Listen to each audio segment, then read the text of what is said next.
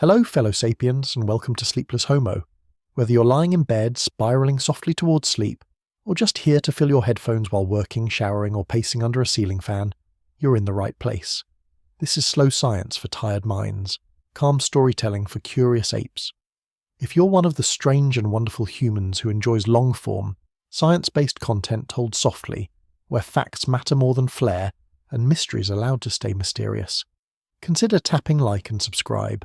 It's a small gesture, but it helps this type of thoughtful, educational storytelling reach more sapiens around the world. Feel free to share in the comments how you use this channel. Is this your bedtime story ritual? Your deep focus work companion? Or maybe you're listening from halfway across the planet, chasing the stars from a different time zone entirely, and if you happen to drift off partway through, don't worry. Timestamps are in the description below, so the next day, you can pick up exactly where you left off. Because every part of this story is worth hearing, and the whole arc, it's a journey. Here at Sleepless Homo, I don't have all the answers. This is science told humbly, from evidence, archaeological layers, and a long tradition of careful study.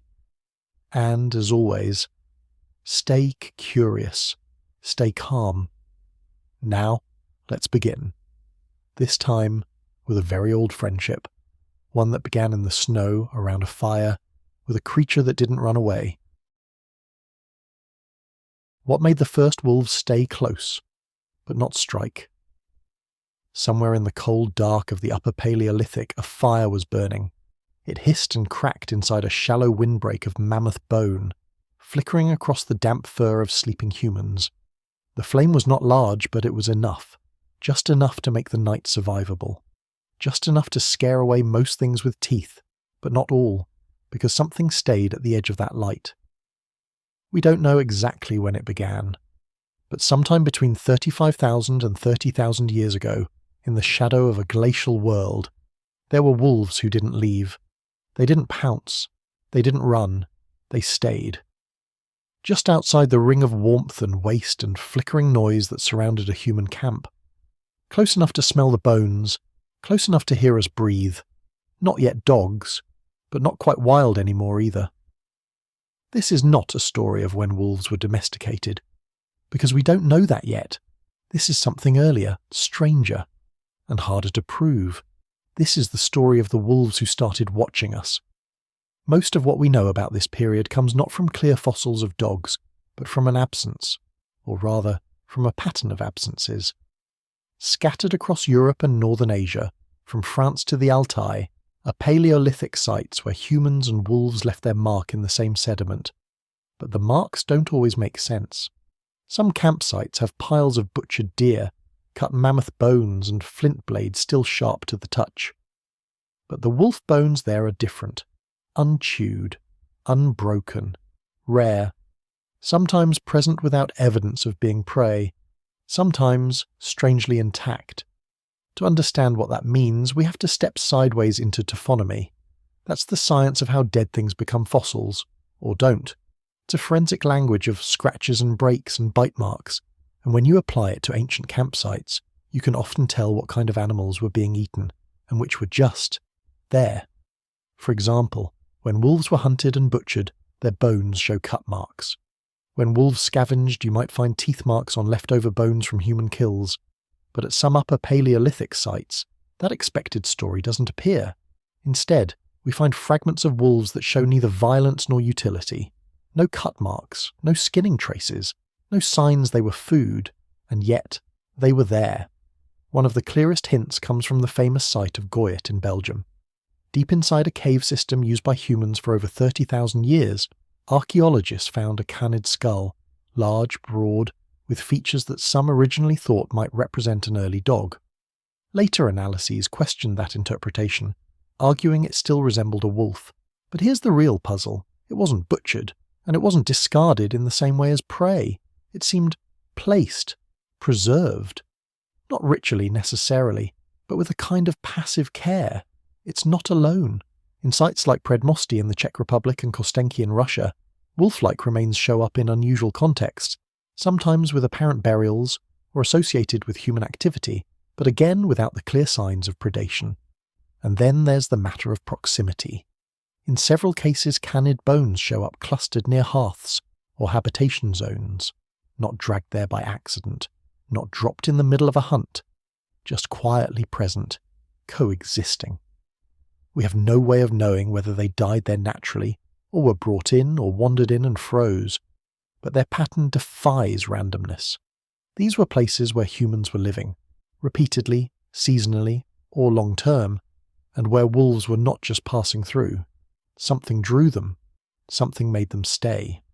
One possibility is simple scavenging, that wolves were following us for our waste, and in a sense that's probably true. Humans left behind bones, offal, feces, food scraps, and sometimes full carcasses. All of these would be incredibly attractive to carnivores, but most carnivores didn't loiter. Hyenas, lions, saber-toothed cats. They usually avoided direct contact with humans unless desperate. And if they did approach a camp, the signs are violent. Bones get gnawed, skulls get crushed, people get mauled. Wolves, by contrast, seem to have approached with something else. Caution, curiosity, maybe even calculation. Wolves are social hunters and extremely good at reading behaviour. Modern wolves can quickly assess the risk of approaching new prey or human structures, and even today, they sometimes scavenge the edges of human settlements, especially in winter. What makes this ancient version so fascinating is that it seems to predate domestication. These were not dogs. Their bones, in the rare cases where we have them, do not show the anatomical changes associated with domestication. The snouts are long, the teeth are crowded, the brains are full-sized. They were still wild, but they were watching. The context matters here. 35,000 years ago, the world was in flux. The last glacial period was deepening. Europe and much of northern Asia were dry, cold, and treeless. Game was large but mobile. People lived in small bands, moving seasonally between shelters. Camps were temporary, but often reused. Fire was a constant, and around that fire, life was messy.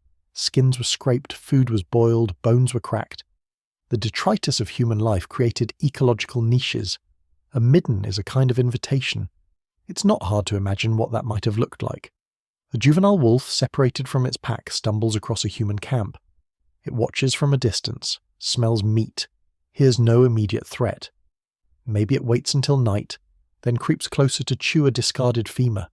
No one notices, or maybe someone does, and throws a rock. The wolf retreats. But the pattern begins. Day by day, encounter by encounter, a kind of parallelism evolves.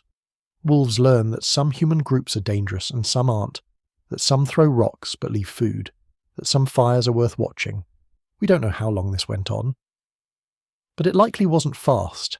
Evolution rarely is. This would have been a dance of generations. Some wolves tolerated humans, some didn't. Those who lingered might have passed on traits, calmer temperaments, greater tolerance, less flight response. And in turn, humans may have tolerated certain wolves. Maybe the quiet ones. The ones who warned of predators. The ones who cleaned up scraps without threatening children. Not out of sentimentality, just out of pragmatism. These wolves weren't friends, but they weren't enemies either. And this matters, because domestication is not a light switch. It's not a moment, it's a gradient. A slow slope from avoidance to tolerance to alliance. The first step isn't breeding, it's staying. Some researchers describe this stage as commensalism, a relationship where one species benefits and the other is neither helped nor harmed. In this view, wolves may have gained access to food, while humans experience no immediate cost. But over time, that balance may have shifted. If wolves started warning of danger, or keeping scavengers away, or providing warmth by proximity, then the relationship edges toward mutualism. It's here that the story of dogs begins. But that's not today's story. We're still earlier. We're in the chapter before anyone knew they needed each other. It's worth noting that this pattern has been observed in other animals. Modern commensal relationships have developed in urban areas between humans and raccoons, foxes, even crows. But in the Pleistocene, the ecosystem was raw. There were no villages, no walls, no waste piles that weren't surrounded by spears. For a predator to approach a human camp and survive, it needed to be very, very careful. which means the ones that did may already have been different. Of course, we have to be cautious. It's easy to romanticize this, to project loyalty or companionship where there was only hunger. But the archaeological record keeps nudging us. Why were some wolf remains left whole? Why were they spared? Why were they not butchered like other game? Why did they keep showing up where humans lived? We can't answer that yet, but we can track the pattern, and across dozens of sites, a theme emerges: presence without violence, proximity without domestication. A long pause before the leap. Later, humans will bury dogs with beads. They will paint them in caves and carve them into bone. But not yet. In this earlier period, there is only the quiet, the glow of firelight, the circle of discarded bones, and a pair of eyes in the dark.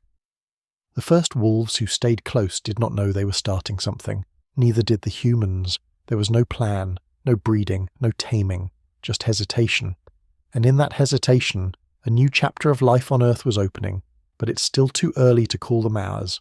They were still watching, and we were still being watched. So the question lingers like smoke after the fire has died. What made them stay, and why didn't they strike? Under the cave ceilings and across the scattered riverbanks of Upper Paleolithic Europe, bones began to appear that didn't quite fit. Not fully wolf, not clearly anything else. They had shorter snouts, broader crania, unusual wear patterns on the teeth, and just enough ambiguity to set off a debate that has quietly spanned more than a century. Some were dug up in the 19th century by early paleontologists hunting for mammoths and Pleistocene art. Others emerged only recently with the aid of fine-toothed excavation, isotopic mass spectrometry, and ancient DNA. But the mystery remains. What are we actually looking at? And more importantly, are we sure we know what a dog is? This is the problem of definition, and it sits awkwardly at the core of the domestication story. Long before there were leashes or collars or even recognizable breeds, there were canids, whose remains resist neat classification. Many of the sites we'll walk through now have been reanalyzed multiple times. Each new generation of scientists has brought better tools, new criteria, and sometimes entirely new conclusions. Some have reclassified what earlier researchers called early dogs as nothing more than regional wolf variants. Others have leaned the opposite way, proposing not just one but multiple independent domestication events based on a handful of skeletal features. But almost everyone agrees on one thing. The further back we look, the harder it gets to draw a line between wolf and dog. One of the most cited early candidates is 𝐓𝐈𝐌𝐄𝐒 in what is now Belgium. Inside this large limestone cavity, located along the banks of the Samson River, archaeologists uncovered a juvenile canid skull buried among stone tools and butchered reindeer bones. It was dated to around 36,000 years ago, which would make it one of the oldest known dog-like specimens ever discovered. Its short snout and relatively broad cranium seemed, at first, to support this interpretation. But interpretations are fragile things in paleoanthropology. A later analysis questioned whether those traits really meant anything definitive, noting that wolves too, especially juvenile ones, can display a wide range of variation in skull morphology. And so the 𝐓𝐈𝐌𝐄𝐒 skull entered a kind of taxonomic limbo, too weird to be called wolf with certainty, too early and insufficiently modified to be comfortably declared dog. Not far behind in notoriety is the site of Sedmosti in Moravia, part of today's Czech Republic. Here, a cluster of canid skulls with unusually broad muzzles and shortened jaws was unearthed among a dense concentration of human remains, mammoth bones, and stone tools.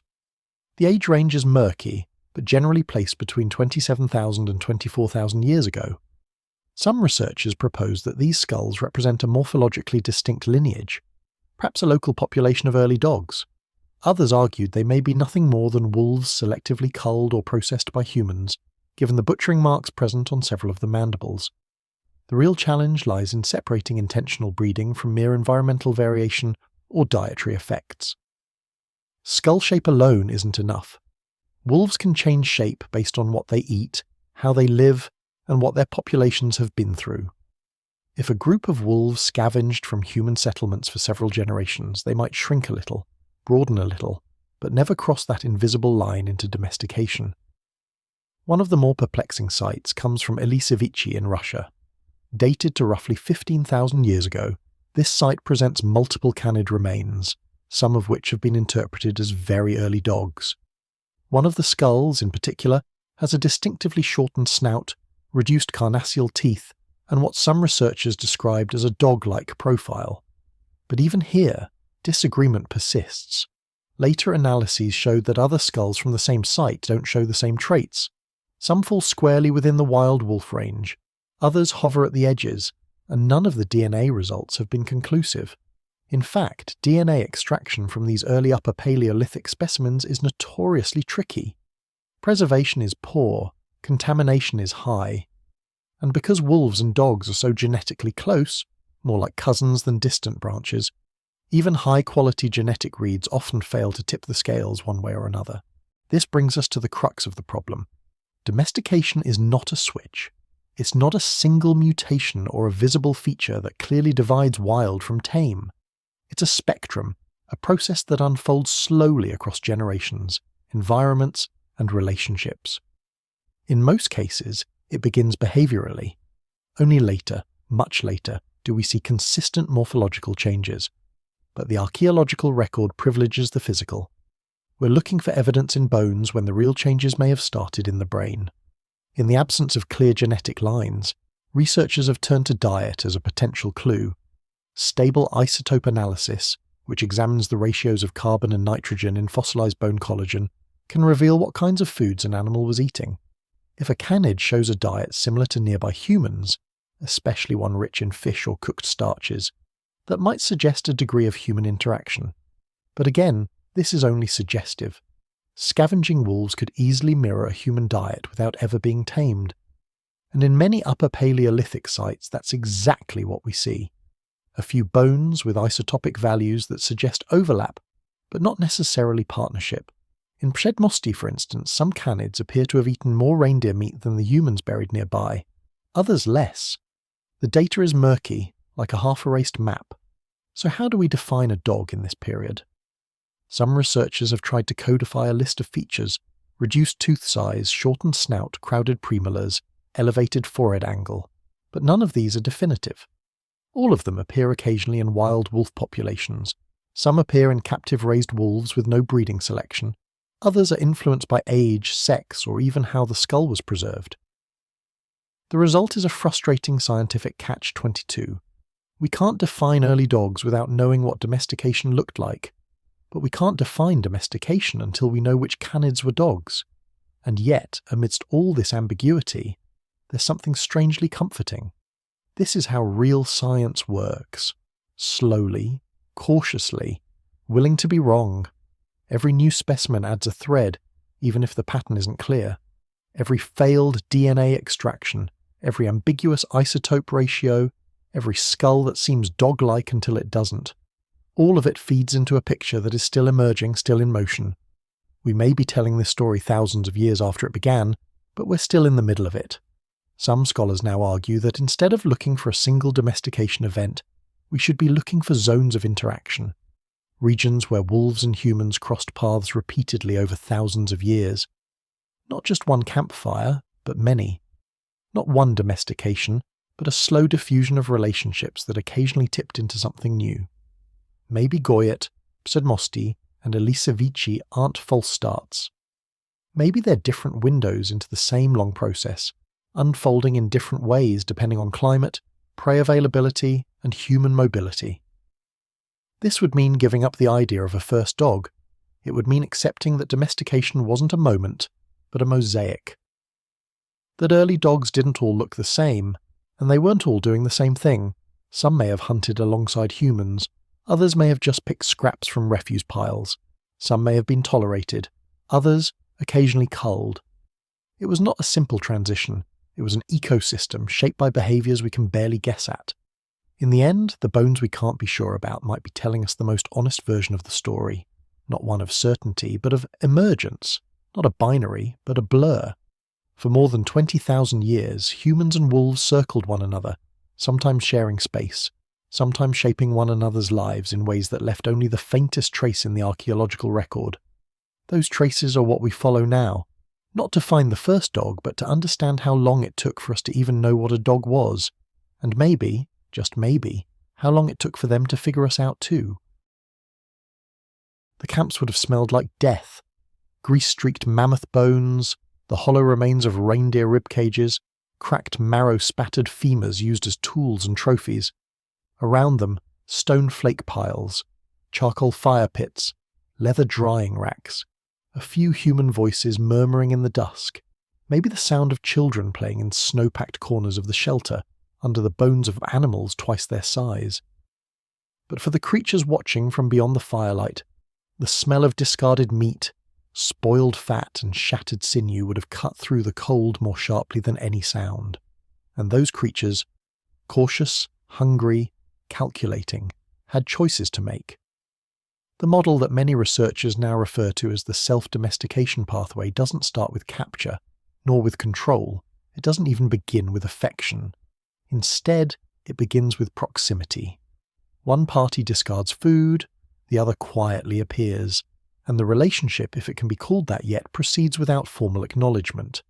Around 30,000 to 20,000 years ago, across a patchwork of glacial refugia and a mobile forager territories in Eurasia, a behavioural experiment was already underway, not by design, not by plan, but by cohabitation. A few wolves lingered just a little longer near the edge of human activity, and over time that decision, to stay rather than flee, may have begun to shape not only their evolutionary future but ours. The core of this theory is behavioural ecology. Not all wolves are the same. Even within a single pack, temperament can vary. Some are bold, some cautious, some more reactive, some more tolerant. In a natural setting, selection may favour the boldest or most coordinated hunters. But in the shadow of a human camp, a different profile may become more successful. A wolf that startles less easily, that tolerates noise, that doesn't rush forward but doesn't bolt at the first scent of smoke either.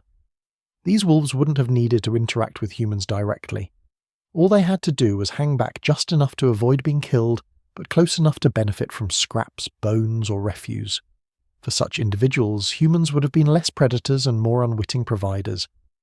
What we're describing here is known in ecology as a commensal relationship, one in which one species benefits from the activity of another, while the other remains mostly unaffected.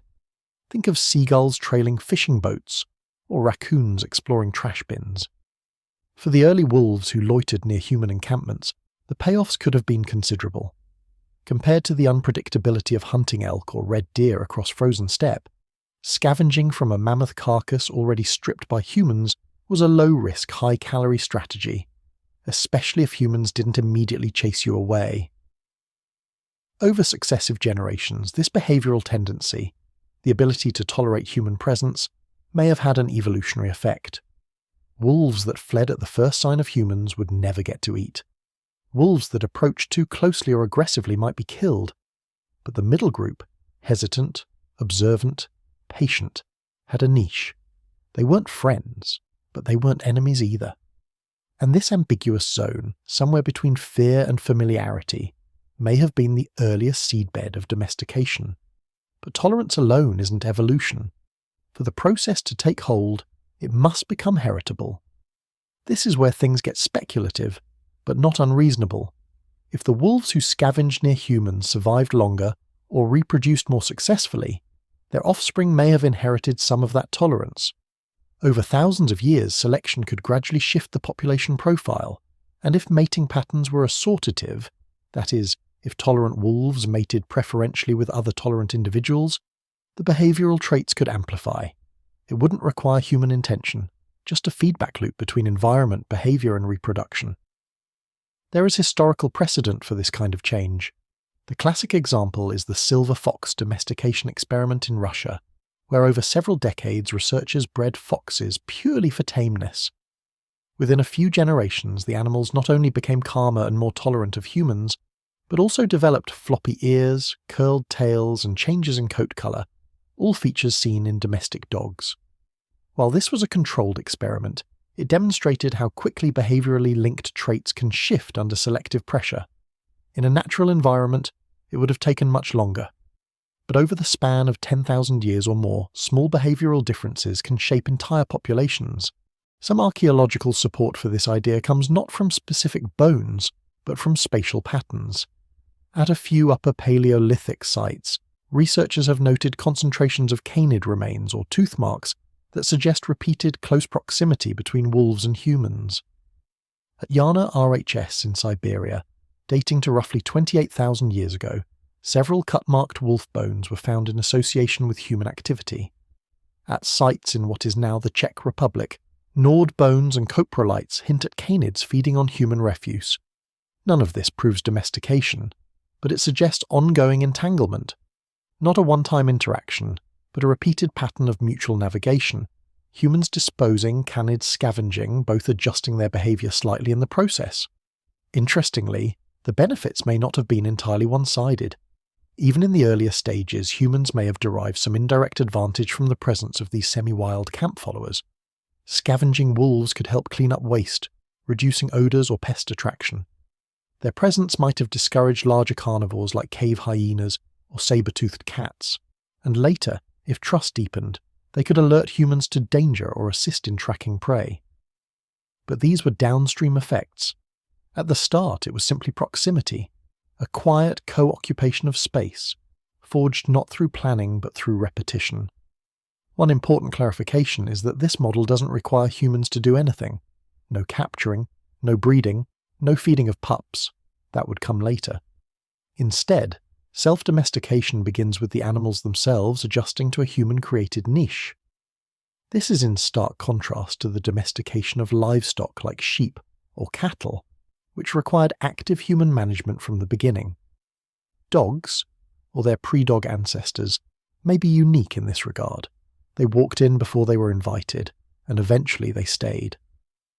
That decision to stay, or rather to not flee, was not just behavioural. It had genetic consequences, even if slowly.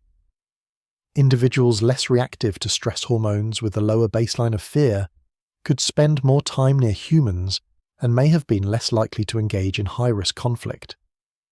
Over time, the neurochemical systems that regulate stress and aggression could begin to shift. The brain begins to rewrite itself, not drastically, but enough. Of course, it's important not to oversell this model. There are critics. Some researchers argue that natural selection alone couldn't account for all the behavioural changes seen in modern dogs. That human-directed selection, even if informal, had to play a role early on. Others point out that the archaeological evidence for long-term cohabitation is still thin. But these are debates about degrees, not fundamentals. Few now doubt that wolves interacted with humans long before formal domestication. The question is how, and how much, those interactions mattered. It's also possible that this process began in more than one place. Across the cold grasslands of the late Pleistocene, humans were scattered in small mobile groups. Wolves were everywhere. In some regions, conditions may have favoured prolonged contact. In others, not. Domestication may have flickered in and out, sparked and then lost. Only in a few places did it persist long enough to become something new. And that brings us to the real lesson of the camp follower model. Domestication is not just a biological process, it's a behavioural negotiation, a long conversation across species, held in the grammar of body language, distance, silence, and scent. It didn't begin with dominance or affection. It began with cohabitation, with two species sharing the same space, eyeing each other warily, and eventually learning that maybe, just maybe, neither one had to leave. The wolves who stayed were not yet dogs, but they were no longer fully wild either. They had entered a new category, one that didn't have a name and still barely does. Not pets, not livestock. Something else. Something that lived between. And for reasons we are still trying to understand, they chose to remain. The haunting question isn't why we took them in. It's why they let us so close in the first place. What happens when the world freezes and neither of us can leave? It was not a night or a season or a decade. It was thousands of winters stacked into each other like driftwood. Around 23,000 years ago, the planet entered its deepest cold in 100 millennia, and it stayed that way for what would feel, to the living, like forever. This was the last glacial maximum, a time when the ice sheet sat over northern Europe like the lid of a sealed box.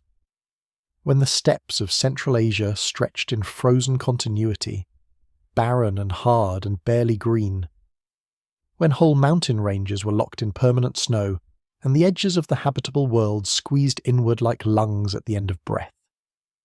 For humans and wolves alike, movement was no longer freedom.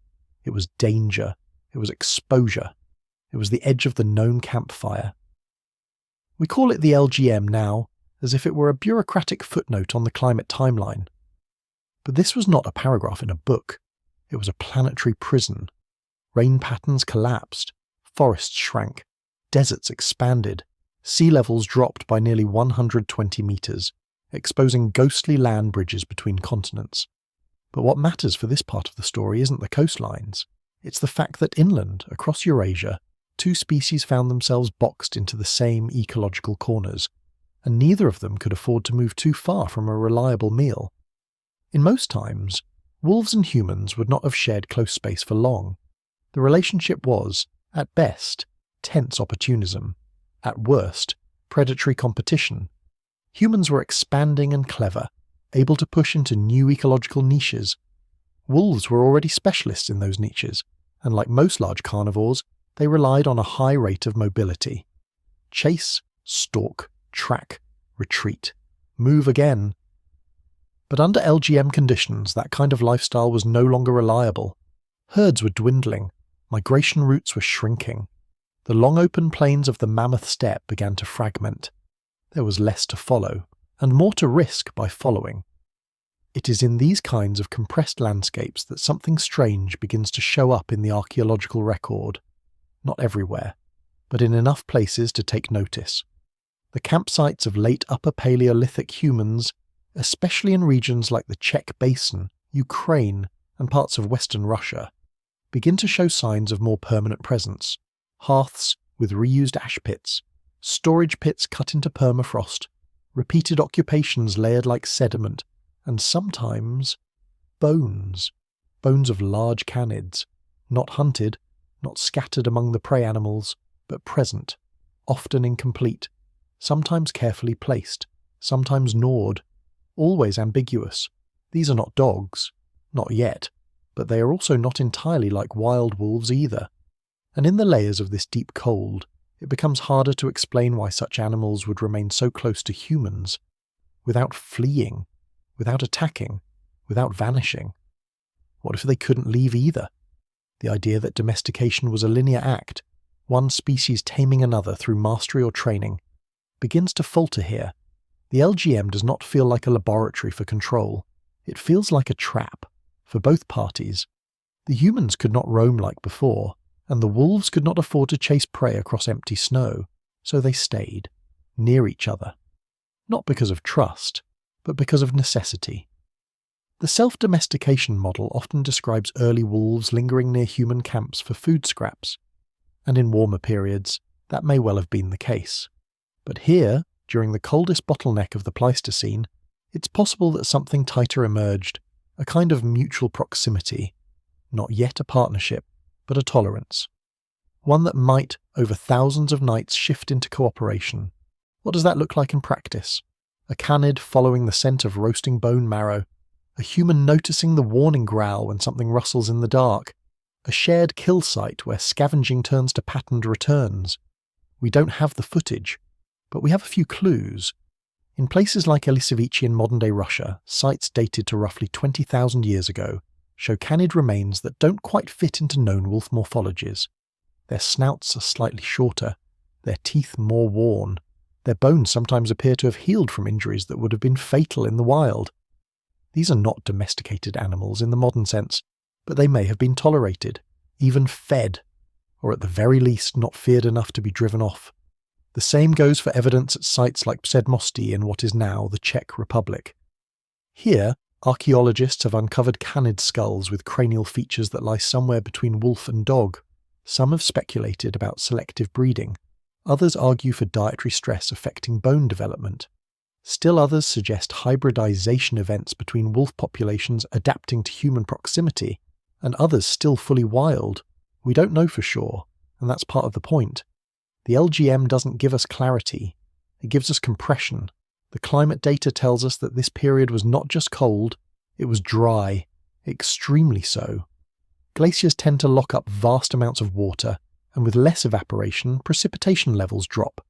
That means less plant growth, which means fewer herbivores, which in turn means hungry carnivores. And yet human populations did not vanish. They adapted. They hunkered down. They began to cluster in resource-rich microclimates, river valleys, geothermal zones, areas with access to both upland and lowland prey. And it's in these kinds of pockets that a repeated pattern may have emerged. Humans making camp, firelight flickering in the distance, and on the edge of vision, watchers. From the animal's perspective, the trade-off becomes simple. Risk getting closer to a species that sometimes throws bones and sometimes throws spears, or risk starvation. From the human side, the calculation may have been just as instinctive. Allow these silent shapes to hang at the edge of camp so long as they do not threaten. And in return, maybe fewer rats, fewer rival scavengers, an extra pair of eyes when the wind picks up. There's no definitive line where tolerance becomes trust. But across enough generations, behaviour can shift. The most skittish animals would not have lingered. The most aggressive would not have been allowed. That leaves a narrow behavioural middle ground.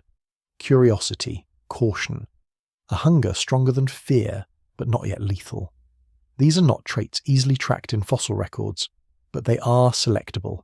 They can be passed on, they can evolve. One of the more subtle clues comes not from bone, but from spacing. In some LGM sites, the spatial distribution of canid remains suggests that they were not butchered in the same zones as prey animals. They appear closer to hearths, sometimes buried, sometimes cached. In a few rare cases, positioned in ways that hint at some kind of intentional placement. This doesn't mean reverence, it doesn't mean companionship, but it may mean recognition. A creature known to the camp, familiar, if not yet family. It is also during this period that we begin to see more complex lithic technologies emerge, microblades, compound tools, hunting strategies that involve logistical planning and delayed returns. This kind of cognitive shift in human behaviour may have paralleled shifts in how other species were perceived, not just as threats, but as potential allies, even if temporary, even if conditional. We have to be careful not to romanticize this. There were no huskies curled at the foot of the fire, no leashes, no names. These were still wild animals, and humans were still struggling through one of the harshest climates in our species' memory. But within that struggle, new relationships may have begun to take root, not in the form of friendship, but in the quiet calculus of survival. The idea that domestication was something done to animals by humans has been challenged over the past few decades. Increasingly, researchers suggest that many domesticated species initiated the process themselves, by choosing to stay, by choosing proximity, and by slowly adapting to the strange, unpredictable world that humans were building. Wolves, more than most, had the cognitive flexibility to do this. Their social structures were already complex, their communication nuanced, their tolerance for cooperative hunting already in place. It would not have taken much, just the right pressures, in the right moment of ecological constraint for the first steps to be taken. But they were not steps toward dogs, not yet. They were just steps away from mutual fear, steps toward coexistence, and maybe, in a few cases, toward cooperation. By 19,000 years ago, the ice had not yet released its grip, but the world was beginning to shift. Pockets of thaw appeared. New prey herds began to move again. Human populations, once trapped in climatic bottlenecks, started to expand outward once more, but they did not leave alone. What began as necessity in the deep cold may have laid the behavioural groundwork for something else, something lasting, something strange, a wolf that did not run, a human that did not strike, and a slow, silent agreement born not of language, but of winter. Not every population of humans would have experienced this, and not every wolf would have stayed, but in a few scattered places, under the pressure of a world sealed in ice, it seems two species stopped seeing each other only as threat, and began, just barely, to see something else. What happens when you trap two predators in the same cage and neither of them wants to die? Maybe you get violence, maybe you get avoidance, but maybe, sometimes, you get evolution. And when the ice finally begins to melt, the question is no longer who stayed, but who left together. They say you can't miss something you've never seen, but science sometimes does exactly that. Not by accident, but by evidence. When a lineage vanishes so completely that not even its bones remain, what's left behind is not silence. It's the outline of something that must have been there, an absence so statistically loud it begins to whisper a name, the wolf that gave us dogs, and then disappeared. We don't know what it looked like, we don't know where it went, but we do know this. All domestic dogs on Earth seem to trace their ancestry to a type of wolf that no longer exists. Not the grey wolves we know today, not the ones howling across modern tundras or skimming the edges of boreal forests.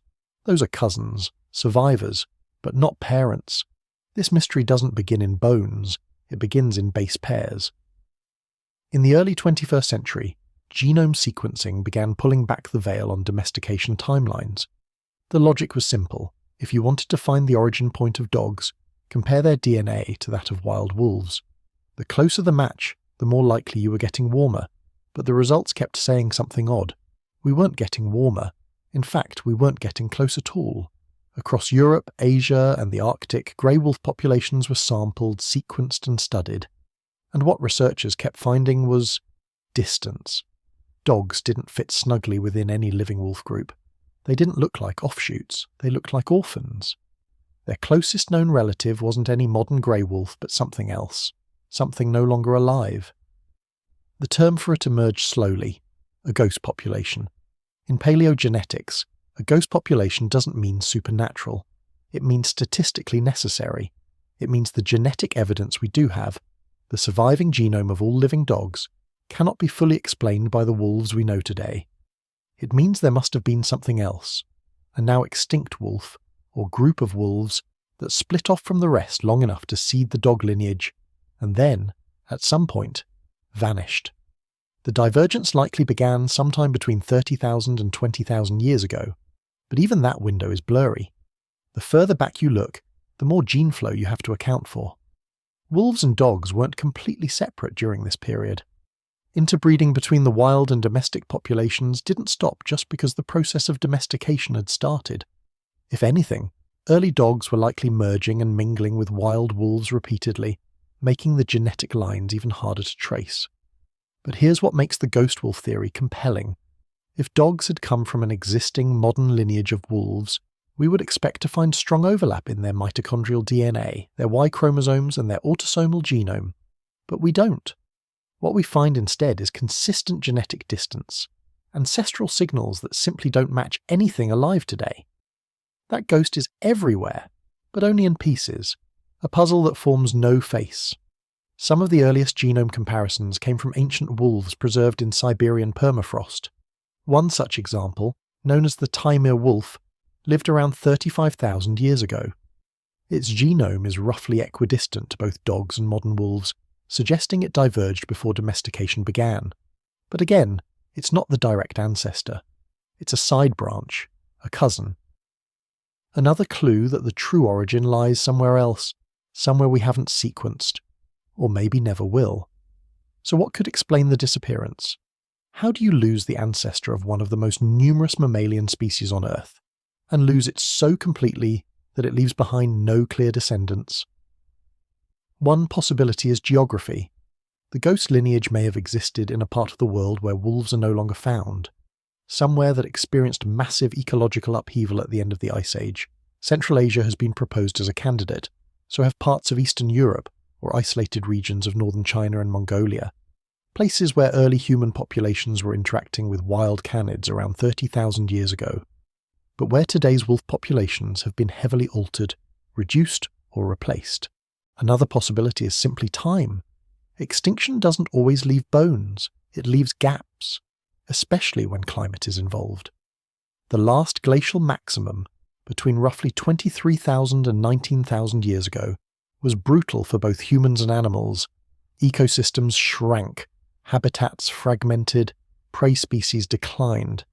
It's entirely possible that the wolf population that initially began domesticating itself, or being domesticated, didn't make it through this bottleneck. The ones that did survive may have been the early proto-dogs who clung close to humans, while their wilder kin faded into the snow. The irony, of course, is that the survivor isn't the wild one, it's the one that stayed close to us. Whatever that ghost lineage was, its wild descendants didn't last. Only the ones that began changing, behaviourally, genetically and socially, endured. That's a strange kind of legacy. You evolve just enough to be changed, and then your original form is erased. Not because it was weaker, but because it wasn't part of the new alliance. In a sense, the domesticated lineage outlived its own rootstock, like a grafted branch continuing after the tree is gone. We see hints of this even today. The genetic diversity of modern dogs doesn't neatly mirror that of modern wolves. Dogs, despite their population explosion, often carry less diversity in certain parts of their genome. That's what you'd expect from a bottleneck, or from founding populations that emerge from a now-lost subset of wolves. A study published in the early 2020s pushed this even further. Using improved ancient DNA extraction techniques, researchers found that even when looking at Ice Age wolves from across Europe and Siberia, none of them seemed to be the precise ancestor of dogs, not even the ones temporally close to the divergence. Again and again the story repeated, close, but not it. Almost, but not quite. The genetic shadow of the ghost wolf was still there, but only by contrast. What this tells us is that dog domestication isn't a neat arrow. It's not one wolf, one human, one moment in time. It's a foggy convergence, a slow drift between populations, climates and behaviours, all swirling together in a pattern we can mostly infer only from what came next. The genetic fingerprint of that ghost lineage may be scattered across dozens of ancient canids, each holding a shard of something we can't reassemble. And here's where humility steps in. For all our sequencing power and computational models, we still don't know what species of wolf gave rise to dogs. We may never know. It may not have been a species in the way we define it today, but rather a loose population with shared behavioural traits, tameness, social flexibility, food tolerance, that favoured its entanglement with humans. And once that entanglement began, natural selection likely took it the rest of the way. But selection doesn't preserve the past. It shapes the future, and in doing so, it erases the paths not taken. The wild ghost of domestication may be one of those paths, a branch that flowered just long enough to touch us, and then vanished. What's strange is that we carry it with us. Every dog on Earth is a living artifact of something we cannot reconstruct, a fossil in motion, a memory without a skeleton. The ghost wolf is gone, but the creature it helped create has colonized the planet, and it still curls beside our fires, thousands of years later. Which brings us to the haunting question. If the animal that gave us dogs no longer exists, what else have we built our lives around that we no longer remember? How many relationships in human history began with a glance, a quiet tolerance, a proximity, and then continued for so long that we forgot where they began? The past is not full of answers. It is full of questions shaped like animals, some still breathing, some still watching, and some that, like the ghost wolf, exist only because we noticed the space they left behind. It begins quietly, not with a skull or a burial, not even with a footprint, but with a pattern, a shape buried in the code of life. Somewhere in the stretch of cold millennia between 23,000 and 15,000 years ago, something irreversible began to appear in the genomes of certain canids, something that made them different, not by the way they looked, not yet, but by the long cellular memory of where they'd been and who they had followed. For a long time, there was no reason to expect that this divergence had already happened. When archaeologists found bones, they debated them. When museums catalogued skulls, they tried to measure them, and for a while, that was enough. If a jaw looked short enough, or a snout looked compact enough, or a tooth showed signs of wear from chewing something other than raw bone, it might be labelled. Maybe a dog, maybe not.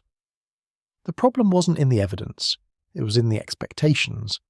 But then we began to sequence them.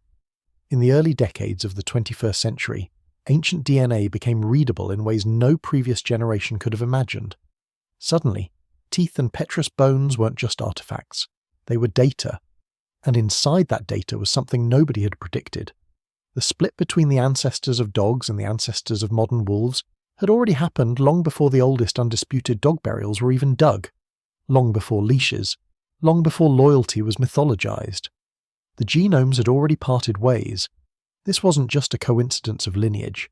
It wasn't a vague drift or a quirk of regional variation. It was a rupture, subtle but detectable, in the evolutionary paths of canids who would become wolves and canids who would become something else entirely. What the genomes show, and what they continue to suggest with increasing resolution, is that by somewhere around 23,000 years ago, perhaps slightly earlier, there was already a population of ancient canids whose descendants would never return to the wild. These were not yet dogs in the full sense of the word. Their ears may have still stood alert. Their coats were likely wild and thick.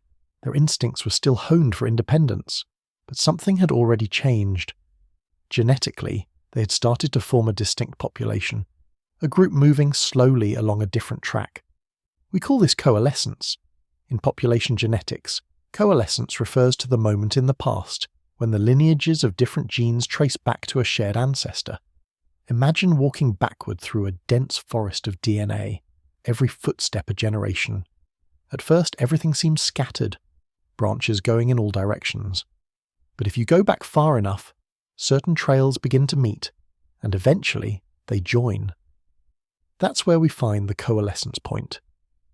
In the case of dogs and wolves, many of these trails converge during that cold window between 23 and 15,000 years ago. What's strange, and still debated, is how quickly it happened, and how early. Because the first real signs of domesticated dog behaviour in the archaeological record come much later. Yet here, in the molecular record, the split is already unmistakable. So either we've been looking in the wrong places, or what we think of as domesticated behaviour took longer to appear than the genes that allowed it. What's more, when researchers began comparing these ancient canid genomes to those of modern wolves, a different problem emerged. The ancestry didn't match. Dogs, genetically, did not descend from any wolf population still alive today. They split off from something else, something older, something that has since vanished. In other words, the wolf that gave us dogs is gone. This is not a rhetorical mystery. It's a statistical one. Every time scientists try to match the DNA of ancient and modern canids, they find the same gap. The wolves we see today, from Arctic tundras to Himalayan valleys, are close, but not quite right.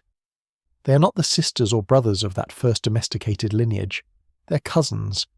The ancient ancestor that dogs branched from is no longer with us. It's what geneticists sometimes call a ghost population, a lineage that must have existed to explain the genetic structure we see, but that has no direct modern representative. It left its legacy behind in one direction only, in dogs. We don't know when this ghost lineage disappeared. It may have been gradual, as isolated populations of early wolves shrank under climatic or ecological pressure, or it may have happened later when more modern wolf populations expanded and replaced older ones. It's possible this ancestral wolf was already rare by the time humans began spreading across the continents. It's even possible, though far from confirmed, that our growing partnership with its more social offspring indirectly contributed to its decline. But we simply don't know. We can only trace the shape of what it left behind. The evidence for this divergence grows more compelling with every high-coverage genome sampled from prehistoric dogs and wolves. Some of the oldest known dog genomes, sequenced from animals that lived nearly 15,000 years ago, already show the same split. Their lineage is already distinct from modern wolves. This means that the genetic divergence must have happened well before their time, likely during the depth of the last glacial maximum, or even earlier. These animals weren't on the path to becoming dogs. They already were, at least at the genetic level. Yet what's equally important is that this doesn't look like a one-time event. The divergence doesn't point to a single founding pair or a sudden leap into domesticity. Instead, it looks like a gradual process, an ongoing drift, shaped by natural selection, environmental pressures, and probably a lot of trial and error. Early humans likely encountered many types of wolves. Some may have followed camps and tolerated firelight. Others may have kept their distance or vanished from the story entirely. The canids that eventually became dogs were just one thread among many, but it was the one that endured. In these ancient genomes, researchers also find something else: signs of structure. The early dog population wasn't a uniform block. Even in the period shortly after the split, there were already differences among groups, differences that reflected both geography and behaviour. Some early dog lineages show more genetic continuity with Western Eurasia, others with the East. Some carry traces of ancient admixture from now extinct wolf lineages, others appear more isolated. What this means is that dog domestication wasn't a single event in a single place. It was a process, a cloud of interlocking relationships shifting across time and terrain. But all of them, without exception, trace back to that same invisible ancestor. And this is where the mystery deepens. If we can no longer find this ancestral wolf, then how do we describe it? What made it different from the wolves that survived? Was it smaller, more social, better adapted to marginal environments near human settlements? Did it differ in ways we can't see in the bones, neurological traits, hormonal balances, metabolic quirks? Or was it, perhaps, not all that different at all? Just a few mutations here or there, made meaningful only by their interaction with us. It's easy to imagine that we selected this wolf, that we saw something in it, a kindness, a calmness, a spark, and invited it closer. But the evidence doesn't support that kind of fairy tale, at least not yet. More likely, this was mutual drift, a dance without choreography, a slow parallel path that began in the coldest millennia of the Ice Age, when both species were stretched thin and looking for warmth. The wolves who stuck around long enough, and whose children did the same, found themselves shaping a new evolutionary path without ever knowing it. And then, eventually, the rest of their kind was gone. What's left is not just a genetic absence, it's a silence, a branch of the tree that once shaded the edges of our campsites, and now survives only in the bark of a domestic descendant. Dogs carry it quietly, in the folding of their ears, the slope of their skulls, and the genes that now let them digest starch, read human gestures, and wag their tails without fear. But none of it leads us back to the wild ancestor. That trail is broken, so we are left with this. The wolf that gave us dogs no longer walks the earth. And in a way, that makes every dog alive today not just a companion, but a fossil with a heartbeat, a memory in motion, a quiet genetic echo of something we can no longer find in the forests. We don't know where it died out. We don't know if it faded quietly into the background, or if its last populations howled from hills now covered in snow and time. But we do know what it left behind, not a monument, not a skeleton, but a relationship, and perhaps that's enough, because the genomes won't let us forget. They keep pointing backward, reminding us that the domestication story didn't start with us. It started with a lineage that disappeared so completely, we only know it existed because the DNA can't stop showing us what's missing. So the question lingers, why does the wolf that gave us dogs no longer exist? And perhaps even harder to answer, what might we have learned from it if it had stayed? They could have left it behind. In a world of hunger, cold, and constant movement, Ice Age humans made difficult decisions every day. A sick puppy, barely 6 months old, wouldn't have stood a chance on its own. Its jaw was deformed. It had suffered from a likely case of canine distemper, a virus that would have left it feverish, weak, and unable to eat for weeks at a time, and yet someone kept it alive, fed it, protected it, waited through its relapses, until finally it died. And then someone buried it. The grave was found near what is now Bonn, in western Germany. The year was 1914, and archaeologists excavating a gravel pit in Oberkassel came across something strange. 2 human skeletons, a man and a woman, buried side by side. Nearby, red ochre had been scattered, a familiar marker of symbolic burial. But there was more. Tucked beside the humans in the same grave lay the skeleton of a dog. This animal is often called the earliest unequivocal domesticated dog in the archaeological record. Its features are no longer wolf-like. Its genetic profile doesn't match wild populations. It shows clear signs of intentional care. But more than that, it was buried with people, not eaten, not discarded, not merely tolerated. It was mourned. and that changes everything. To understand why this grave is so important, we have to go back nearly 15,000 years. Europe was still thawing from the last glacial maximum. Forests had not yet returned in full, but the harshest period of ice and cold had passed. Reindeer, horse, and red deer roamed the steppe tundra, and humans followed them. These were late Upper Paleolithic hunter-gatherers, likely belonging to what we now call the Federmesser or Azelian cultures, though such labels are often blurred. They moved in small groups, relied on complex foraging strategies, and carried with them not just tools and weapons, but stories, rituals, and companions, apparently including dogs. The puppy at Bonn Oberkassel was young, its teeth not yet fully erupted. A close examination of its remains revealed something astonishing. It had suffered from at least 2 distinct episodes of distemper, spaced several weeks apart. During each, it would have been unable to eat on its own, likely vomiting, dehydrated, and lethargic. Survival was unlikely. The only explanation based on the pathology was human care. Someone must have fed it by hand, protected it from predators, nursed it through a viral illness that most modern animals don't survive even with veterinary help. And this was no isolated dog tossed into the dirt. The grave itself was formal, even delicate. The humans and the dog were positioned together. There are signs that the pit was carefully filled. Red ochre dust, a pigment often associated with symbolic meaning, was sprinkled throughout the grave. The implication is hard to avoid. This dog was not just an animal. It was part of the human group, perhaps even part of the human family. But why? Why go to such lengths for a sick animal that offered no immediate survival benefit? The answer may lie in the timing.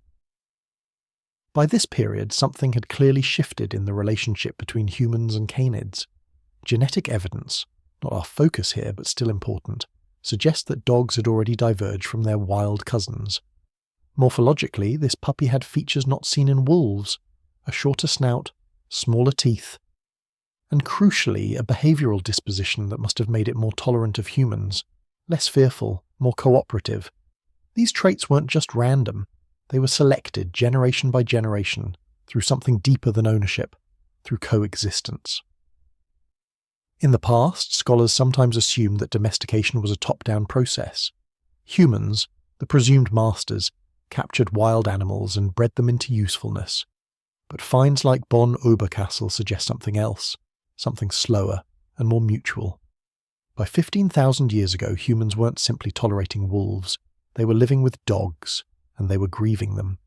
Still, not everyone agrees on the interpretation.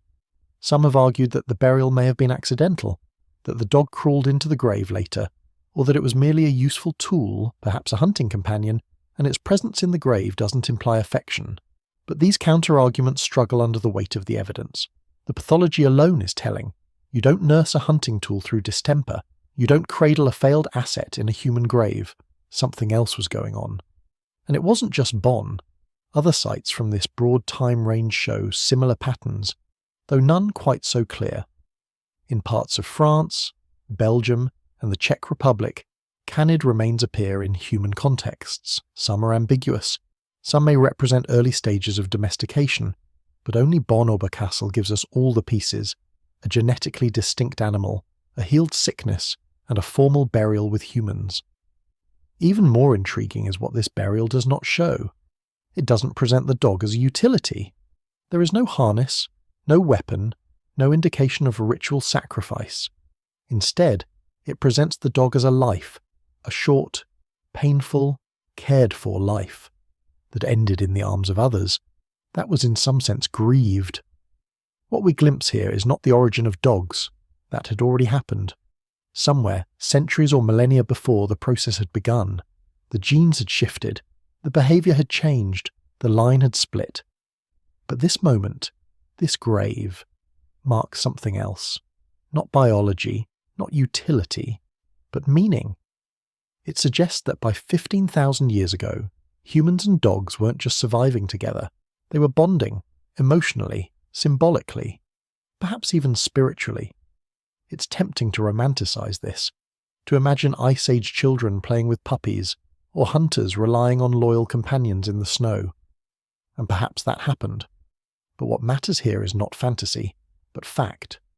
And the facts are these. A young animal survived a deadly illness, likely through care. It was buried with 2 humans, and its remains show features consistent with domestication. That is what we know. What we don't know is where this relationship started, or why, or how many times humans tried it before it stuck. We don't know if the dog was considered a sacred creature, or simply a loved one. We don't know its name if it had one. We don't know who fed it in the final days or who cried when it died. We only know that they did not leave it behind. And perhaps that's the deeper meaning of this grave. It isn't a beginning, it's a signpost, a fossilized whisper of something already underway, a clue that somewhere along the freezing paths of a late Paleolithic Europe, humans had begun to see another species not as threat or prey or tool, but as companion, as kin. What changed to make this possible? Was it the environment, pressing both species into cooperation? Was it a behavioural quirk in some wolves that made them linger longer by human fires? Was it children, sneaking scraps to quiet pups when no one was looking? The truth is we don't know, and that's the honest heart of science. We do not begin with certainty. We begin with bones, and this one, buried in the loam of Western Europe 15,000 years ago, still speaks. It speaks of care in a cruel world, of connection across a species divide, of something delicate, improbable, and real. Something we now call friendship. But what did they call it then? And how many more graves like this lie waiting in the earth? It wasn't just in Bonn. That one grave, with its carefully placed puppy alongside 2 humans, might have become the poster child for dog domestication, but it was not alone. Across the late Upper Paleolithic world, between roughly 15,000 and 12,000 years before the present, something strangely consistent began happening. In France, in Israel, in what is now Switzerland, in northern and southern Italy. Human communities, disconnected by language, climate and terrain, began doing the same odd thing. They buried dogs, not as waste, not out of ritual necessity, but with care, often alongside themselves. Which raises a very uncomfortable question. Why did so many humans from so many different places all start treating these animals in almost the exact same way? Were they imitating one another? Were they reacting to a shared set of social or emotional needs? Or had the partnership with wolves, or proto-dogs, reached some kind of threshold by then? A point where the relationship, once practical or opportunistic, became something deeper, more symbolic, something recognizably close. Archaeology, of course, cannot give us the feelings behind a burial, but it can give us clues about behaviour, and sometimes even patterns. And the pattern that emerges here is oddly uniform. It is not just that people started burying dogs. It is that they buried them carefully, sometimes ornamentally, and almost always within close proximity to human remains. That, in the eyes of archaeological classification, suggests a major shift in perception, from tolerated scavenger to valued presence to something else, something worthy of ceremony. In southern France, at the site of Mont-Lazerat, the remains of a dog were found in direct association with a human grave dated to roughly 13,000 years ago. The animal's bones showed clear signs of old injuries that had healed, and isotopic analysis suggested a human-like diet heavy in cooked or processed meat. This dog had not merely wandered into a burial pit, it had been deliberately placed there. Some interpretations argue it may have been buried at the same time as its human counterpart. Others leave open the possibility of separate timing, but the proximity is undeniable. Someone decided it belonged there. Roughly 2,000 kilometres away in northern Israel, a site called Ein Malahah, dated to approximately 12,000 years ago, contains one of the more poignant examples. There, in a Natufian burial pit, the skeleton of an elderly woman was found resting with her hand placed directly over the body of a small dog. Both bodies had been buried in a flexed position, and the positioning of the woman's arms suggests that the dog was not simply placed in the grave as an afterthought. The two had been arranged together with intention. Radiocarbon dating places the burial well before the advent of agriculture in the region. This was not yet a society of farms or permanent herders. It was still, technically, a foraging world, and yet they were burying dogs like family. Further north, in what is now Switzerland, excavations at the site of Oberkassel have revealed dog remains from the same general time window, many of them with pathological indicators of long-term human care. Some of these animals appear to have lived with injuries or diseases that would have made survival in the wild effectively impossible. One had a malformed jaw that would have prevented efficient biting or scavenging. Another showed signs of a chronic spinal issue. In both cases, survival implied sustained feeding and protection. Someone, or some group, had kept these animals alive despite their inability to fend for themselves. That is not behaviour easily explained by utility alone. It's important to remember that these burials all predate the standardisation of animal domestication seen later in the Neolithic. There were no barns, no corrals, no organised breeding for traits. These animals were not livestock, and they weren't meat reserves. They were something else, companions perhaps, or spiritual symbols, or social mirrors. The precise role is still debated, but what is not debated is the shift. By this point in time, across widely spaced regions, humans had begun to include these animals in their mortuary rituals. That is a powerful indicator of social meaning. In Italy, the site of Grotta Romanelli in Apulia yielded dog remains buried in stratigraphic contexts associated with human tools and ornaments from the late Epigravettian period, around 12,000 years ago. The remains had been placed with a care that strongly suggests intentional burial. Taphonomic analysis showed no evidence of butchery or exposure. The dogs had not been eaten. They had been buried intact and with positioning that mirrored human interments nearby. Again, the question looms, why? Some researchers have proposed that these burials may reflect a symbolic recognition of shared suffering. In the unpredictable climate swings at the end of the last ice age, life was brutal not just for humans, but for any creature trying to coexist with them. Scarcity, migration, cold. The dogs, if we can call them that, who stuck with humans may have endured the same collapses, famines, and social disruptions. Burying them in this light may have served as a kind of acknowledgement, a small, quiet signal that these were not tools, they were witnesses. Others have proposed a more practical explanation, that dogs, even at this early stage, served as hunting companions or campsite guardians, and that their burial represents gratitude or cultural ritual. It is possible. But in many of these cases, the dogs in question were young, old, or infirm, hardly the most useful members of a hunting band. The Bonn puppy, after all, had been sick for weeks before its death. The 𝐓𝐈𝐌𝐿𝐄𝐒𝐌𝐿 dog had a spinal deformity. These weren't tools, they were something else entirely. There's also the question of simultaneous development. It is possible, of course, that these burial practices emerged independently in different parts of the world, as humans and wolves converged into something new. The archaeological record supports that possibility, but it is also conceivable that ideas about dogs, as protectors, as family, as kin, began to travel along with humans themselves, just as tool technologies spread. Perhaps this behaviour did too, slowly, over fire, in whispers. Bury them, they stayed. A third possibility lingers too, that what we are seeing is not cultural imitation or convergence, but simply an emotional inevitability, that living alongside another creature over generations through hunger and cold eventually produces attachment, not universal, not total, but enough to lay the body gently, enough to remember, enough to dig a second grave when the first wasn't big enough. Some behaviours don't need to be taught, they only need time. We are not claiming certainty. That would be the opposite of science, but the pattern is real. Between 15,000 and 12,000 years ago, the world began to soften in small ways. Glaciers pulled back, forests crept north, and in the quiet between tempests, humans began to do something strange and unprecedented. They started burying animals alongside themselves, not as food, not as offerings, but as companions, repeatedly, gently, sometimes even ornamentally. In the decades ahead, more of these burials will likely be found. Taphonomy is imperfect, and bone preservation is always uneven. But already the archaeological signal is strong enough to suggest a shift in how humans saw these animals. Whether through spiritual metaphor, emotional attachment, or something more practical but equally profound, the status of wolves, now turning slowly into dogs, was changing.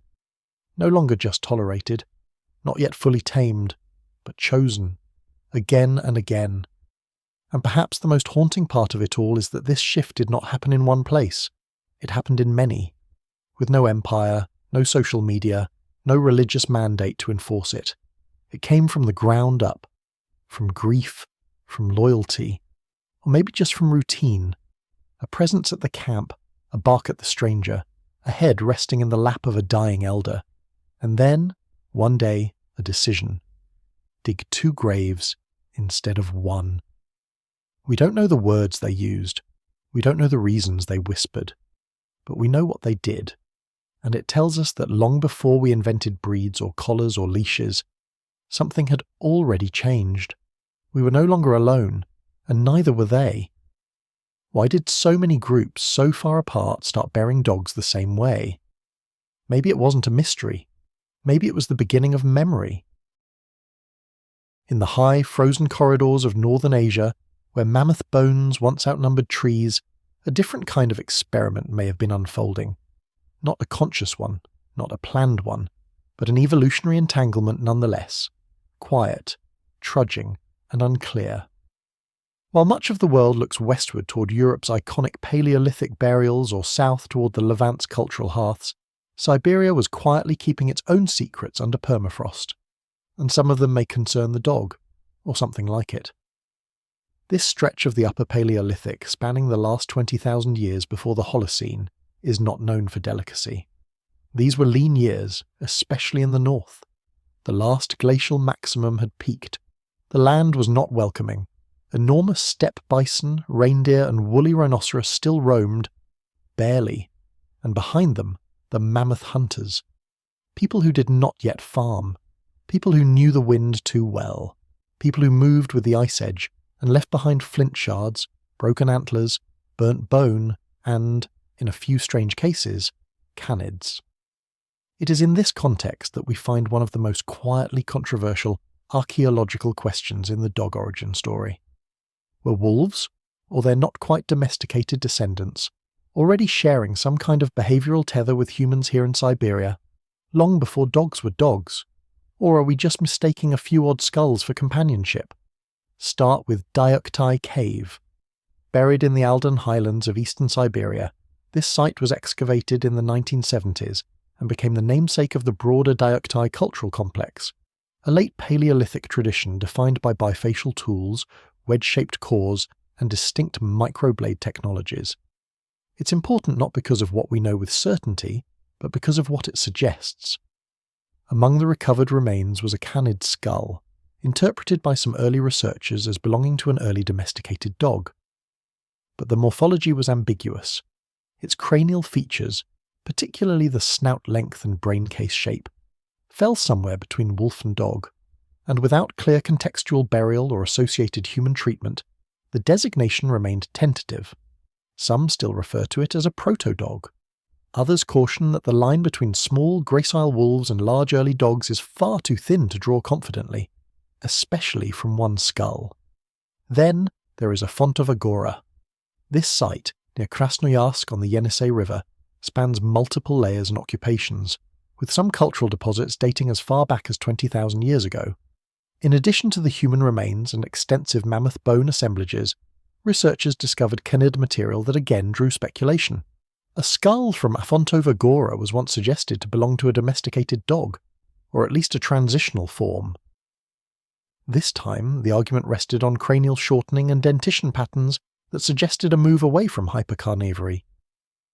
But again, caution crept in.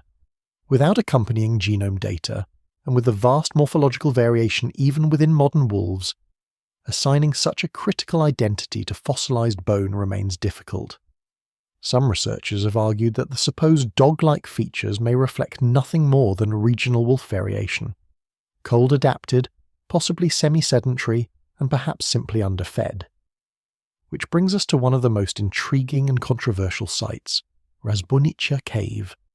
Located in the Altai Mountains, this site has delivered some of the best preserved Paleolithic canid material anywhere, thanks to its sheltered position and stable temperature. In 2011, a team analysing a canid skull from this cave proposed that it represented an early domesticated dog, possibly dating to around 33,000 years ago. That would make it older than any unambiguous dog remains in the world.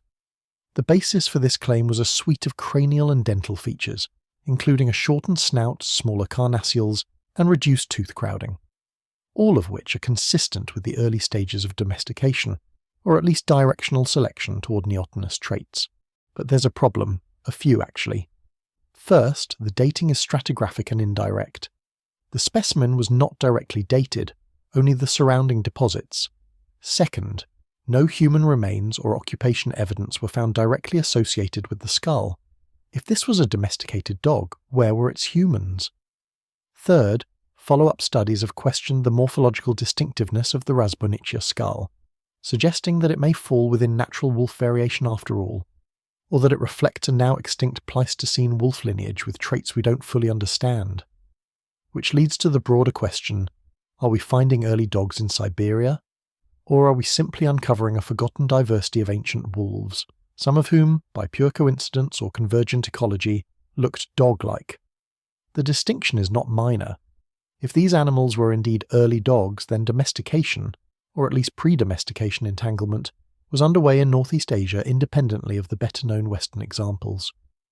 That would support a model of multiple domestication attempts, or perhaps even multiple successes, later streamlined by migration and population bottlenecks. But if not, then we are simply peering into the lost world of Ice Age wolf evolution, a world that was far more diverse than we had imagined.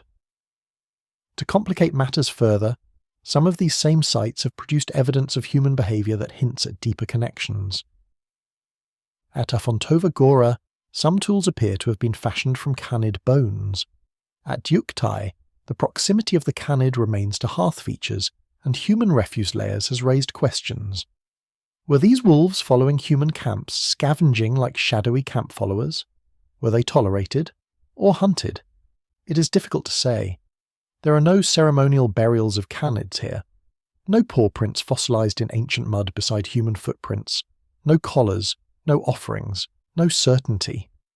What we do have is ecological plausibility. The mammoth steppe was not a place where many species could survive alone. Humans had to follow the herds. Wolves had to follow something. If humans represented a more predictable source of bone scraps, warmth and protection from other predators, it's not impossible that some wolves, just a few perhaps, began hovering closer. Just enough to not be a threat. Just far enough not to be chased. That's not domestication, but it is proximity, and proximity is how things begin. The Siberian record may not give us dogs, but it gives us something else. A mirror. These canids, whether wolves, proto-dogs or lost cousins, were navigating the same climates, the same prey shortages, the same frozen rivers and collapsing glaciers as the humans they shadowed. And in some cases, they appear to have done so for thousands of years. If this was not yet partnership, it was at least parallelism. So when we ask whether dogs evolved beside mammoth hunters, not farmers, the answer may depend on what we mean by evolved. The genetic evidence we'll explore later suggests that true domestication may have occurred elsewhere, or later, or both. But behaviourally, the seeds may have been here. In the long twilight of the Pleistocene, under low Siberian skies, when two species learned to read each other's movements, not out of affection, but out of need. And maybe that is enough. Maybe that's all it ever was, at first. A mutual alignment of survival tactics refined not through intent but inertia. The wolves who lingered without lunging. The humans who didn't throw the first stone, neither one planning the future, just watching each other, just waiting for the next mammoth to fall. As we move forward, these Siberian threads will begin to connect, or unravel, depending on which part of the world we follow next. But for now, all we can say is that something was happening here, and that the bones in the frost are watching us just as closely as we are watching them. Somewhere near the end of the world, the ice made a bridge. Not a bridge of stone or wood, but of wind-packed snow and frozen silence. Bering, a continent that wasn't quite a continent. A place that once connected what we now call Siberia and Alaska, though neither name would have meant anything to the people who crossed it, or to the four-legged shadows that followed them. Roughly between 16,000 and 12,000 years ago, as the great glaciers began their slow retreat, bands of humans made their way eastward into what we now call the Americas. This was not a single wave or a clear migration. It was messy, slow, and stretched over generations. Some may have lingered on the exposed plains of Bering for centuries before pushing farther. Others may have never crossed at all. But what has become increasingly clear is that wherever humans went, something padded closely behind. Dogs, or more precisely proto-dogs. Wolves that were no longer quite wolves. Their genomes had already begun to diverge from their untamed ancestors. And according to several genetic studies, this split had occurred before humans ever stepped foot on American soil. The dogs didn't arrive after the humans, they arrived with them. This is not just a footnote in migration history, it is a clue. One that forces us to rethink the timeline of human-animal relationships and the depth of interspecies bonds long before cities, farms, or even permanent shelters. Archaeological evidence from sites like 𝐓𝐈𝐌𝐿𝐄𝐒 Lake in Kamchatka and the Yukon ice margins suggest that by the time early human groups reached these frozen thresholds, canid remains were already present, some showing signs of human association, others still too ambiguous to classify. The bones themselves are not always diagnostic. Crania are crushed, teeth are weathered. Context is patchy, but the genetic evidence has started filling in what the bones cannot say clearly. By comparing the nuclear DNA of ancient American dogs to those found in Siberia, researchers have traced a shared ancestry that predates the peopling of the Americas. These animals did not descend from North American wolves, their lineage was already distinct. Their presence, in other words, cannot be explained by local taming. It must have been carried not in arms perhaps, but in footsteps, in shared hunts, in watchful eyes around campfires lit in the bitter dark of the far north. What we are seeing here is not an accident of companionship, it is co-dispersal, a movement through ice and time in parallel. What drove it? We still don't know. Perhaps the dogs offered warmth, alarm calls, assistance in tracking prey. Perhaps the humans offered food scraps, shelter and, intentionally or not, a breeding environment that favoured sociability over aggression. But whatever the mechanics, the pattern is clear. These animals were not just tolerated, they were taken. Or maybe they took the humans. The implications go deeper. If dogs entered the Americas at the same time as humans, it means that the dog-human partnership was robust enough to endure the brutal ecological bottleneck of Beringia. It means these proto-dogs had already been selected, consciously or not, for traits that made them suitable travel companions. Endurance, tolerance, affinity for human presence. It means the relationship was older than the continents it reached. It also suggests that domestication, as a process, did not require settled life. These were not farmers in the Fertile Crescent slowly breeding out aggression from livestock. These were Ice Age foragers moving across a land that doesn't even exist anymore, accompanied by animals that chose the same path. There is, of course, the lingering question of why this early dog lineage later disappeared from much of the Americas. Later arrivals, including European colonists, brought new dog lineages that outcompeted or replaced the earlier ones. But for a time, the first dogs of the Americas were something distinct, a parallel echo of the bond that had already begun to define human expansion. The bridge they crossed is now drowned under the Bering Sea. Nothing of it remains above water, but the story it carried, of two species moving as one, still flickers in the genomes of ancient remains and the shadows of camps long buried under tundra. No one left a map, no one marked the trail, but they walked it together, and we are only just beginning to understand how far they went.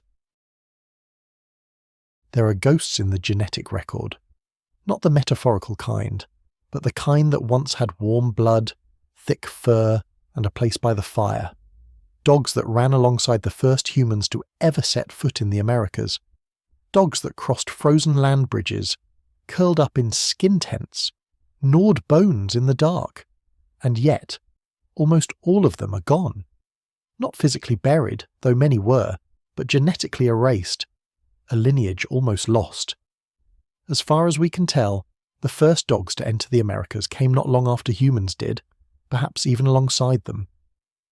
Their story begins somewhere in northeastern Siberia, in that ambiguous time just before 16,000 years ago, when humans began inching their way across Beringia, a vast Ice Age land bridge that connected what is now Russia and Alaska.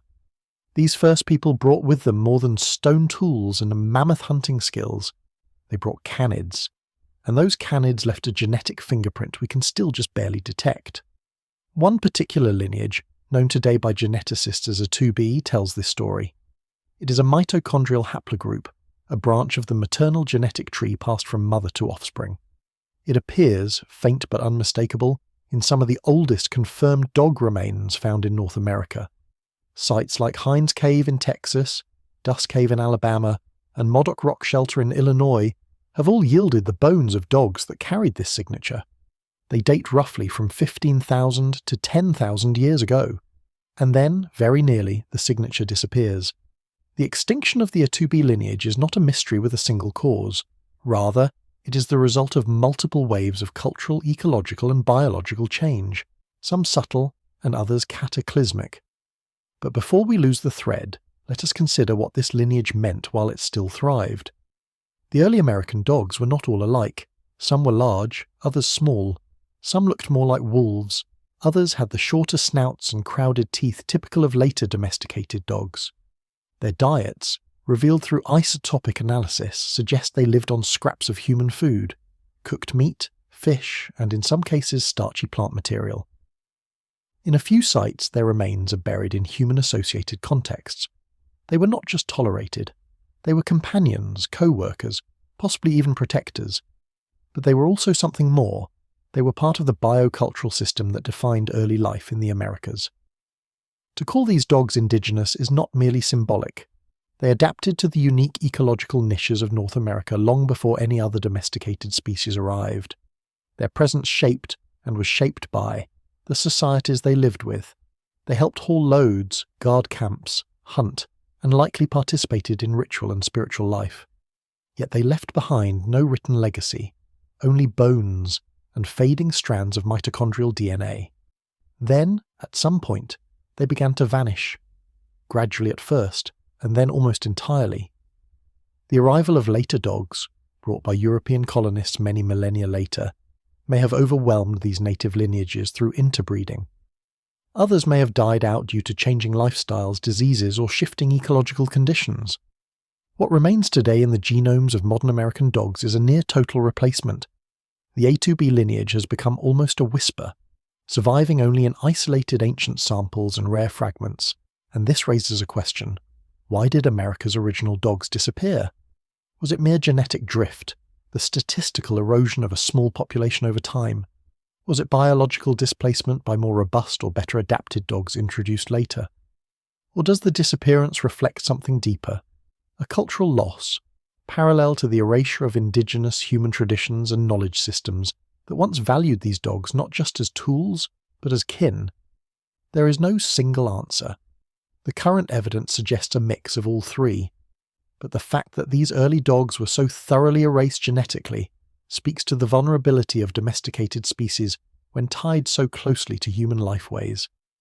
When cultures collapse or transform under pressure, their animals often vanish with them. It is a reminder that domestication is not just a biological process. It is a social contract, one that must be renewed in each generation, or lost.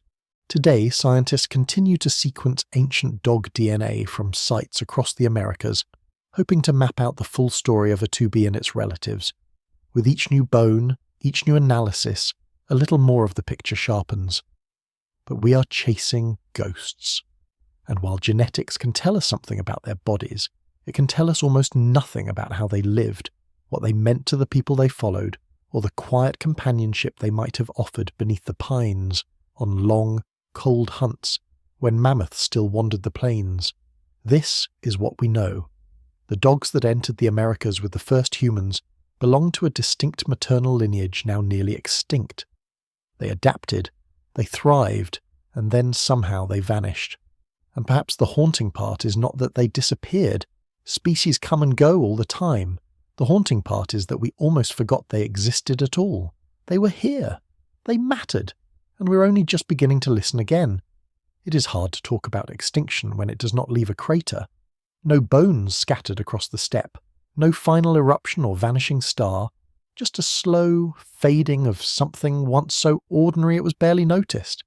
Somewhere between 15,000 and 10,000 years ago, as human groups continued to spread across the Americas, the earliest dogs of this continent moved with them. They carried fire in their nostrils, slept under mammoth hides, and crossed rivers beside human children who did not yet know the word domestication. And yet, the dogs that arrived first, a lineage now called a 2B, are almost entirely gone. Not just reduced, not just outcompeted, nearly erased.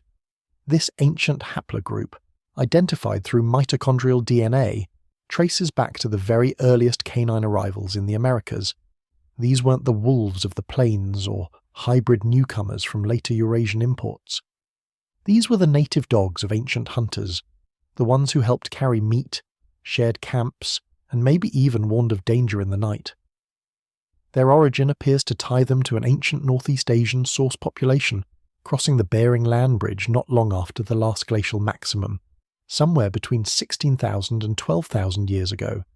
And then, for several thousand years, they were everywhere humans were, in Arctic coastal zones, inland forests, and even deep into South America. But they began to vanish. Not because of a single event, but likely through layers of displacement.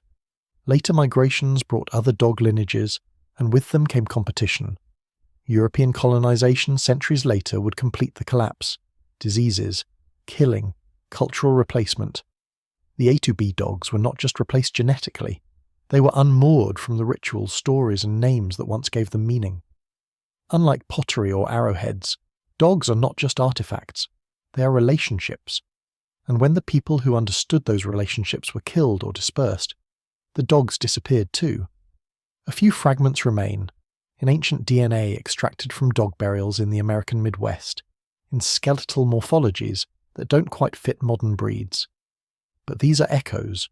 The A2B lineage is functionally extinct, and with it went a whole way of being dog, a way that didn't involve leashes or breeding registries, but rather a mutual reliance shaped over ice, famine, and deep ancestral time.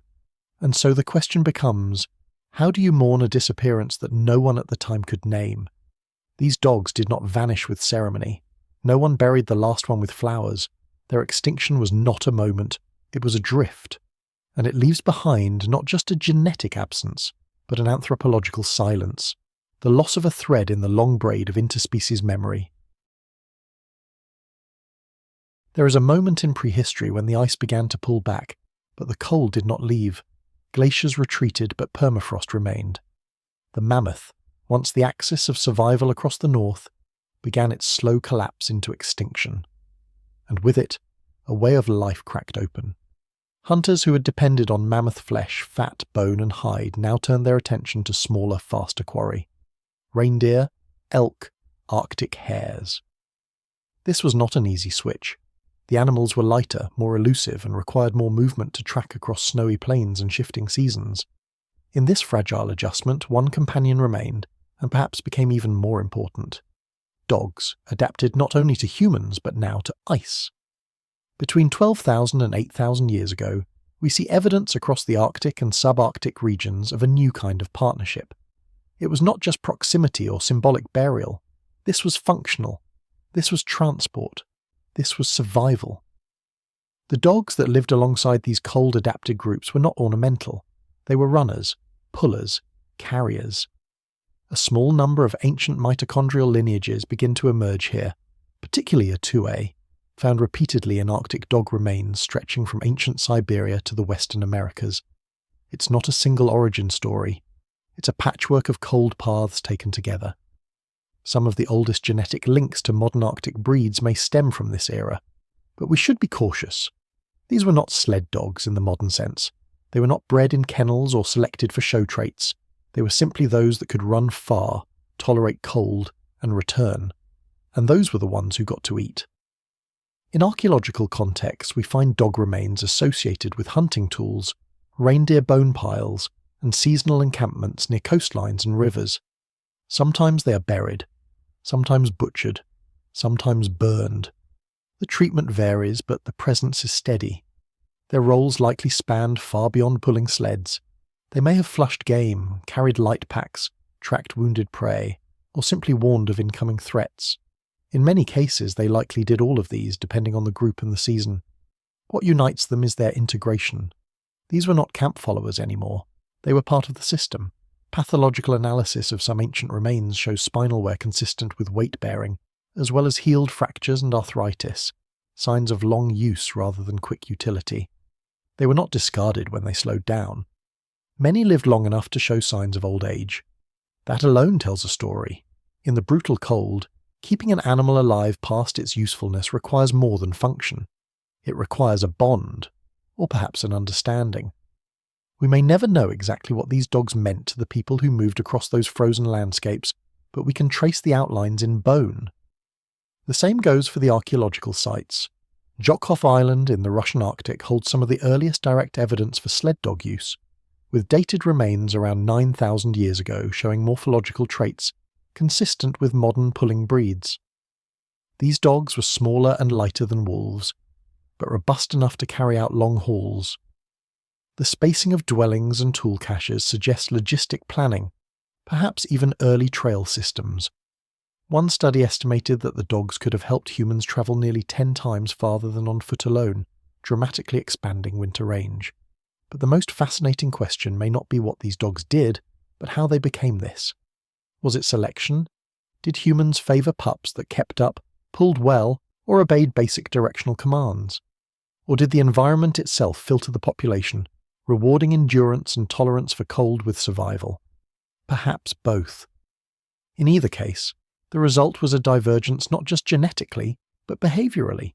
These Arctic-adapted dogs were different from the ones living further south. Their diets, confirmed through stable isotope analysis, included more marine resources, likely from scavenging seals, fish or whale remains left by human hunters. Their coats would have needed to be denser, their paws wider. Some skulls show narrower muzzles and shorter snouts, possibly adaptations to cold air. Again, nothing is definitive, but the pattern is strong. This divergence also reflects something broader. As human groups adapted to different environments, so too did their dogs. There was no single domesticated dog. There were many, shaped by region, need, and climate. And in the Arctic, this meant speed, endurance, and resilience. It also meant interdependence. No human could outrun a caribou herd alone. No dog could butcher a kill or build a shelter. But together, across the wind-blown snow and blue-white silence, they became something more than companions. They became a team. And perhaps the most haunting detail of all is that we still see echoes of them today. In the DNA of modern sled dog breeds, yes, but also in the stories told by Arctic communities. Myths of dogs who knew the way home, spirits who took canine form to lead hunters through storms, rituals that honoured old dogs with names and burial mounds. These are not footnotes, they are memory. But much has been lost. Later introductions of European dogs would alter these lineages. Breeding programs in recent centuries have blurred distinctions, and climate change now threatens many of the environments that once sustained these cold partnerships. Still, the bones remain, and through them, a quiet truth. That on the edge of survival, when mammoths were gone and winter never ended, humans were not alone. They had help. Small, four-legged, often silent help, who ran beside them across the ice, not because they were told to, but because they had chosen to. And in choosing, they changed. So did we. There are dog bones on islands that humans hadn't named yet. Buried deep beneath layers of wind-blown sand and shell midden, the remains of dogs appear in places where the only way in was by boat. Channel Islands off the California coast, Arctic isles shrouded in fog, rocky outposts that suggest a mystery older than maps. The question is not only how the dogs got there, it's why they were brought, and what they were already doing well enough that humans never considered leaving them behind. By the early Holocene, between roughly 10,000 and 3,000 years before the present, the ice had begun to retreat for good. Shorelines reformed, forests moved northward, and with the changing coasts came a different kind of human life. A life that followed water.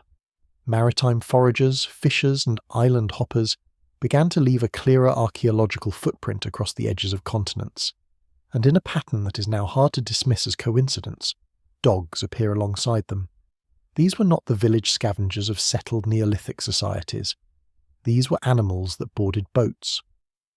On the Channel Islands, dog remains show up in contexts that imply deep integration with human lifeways.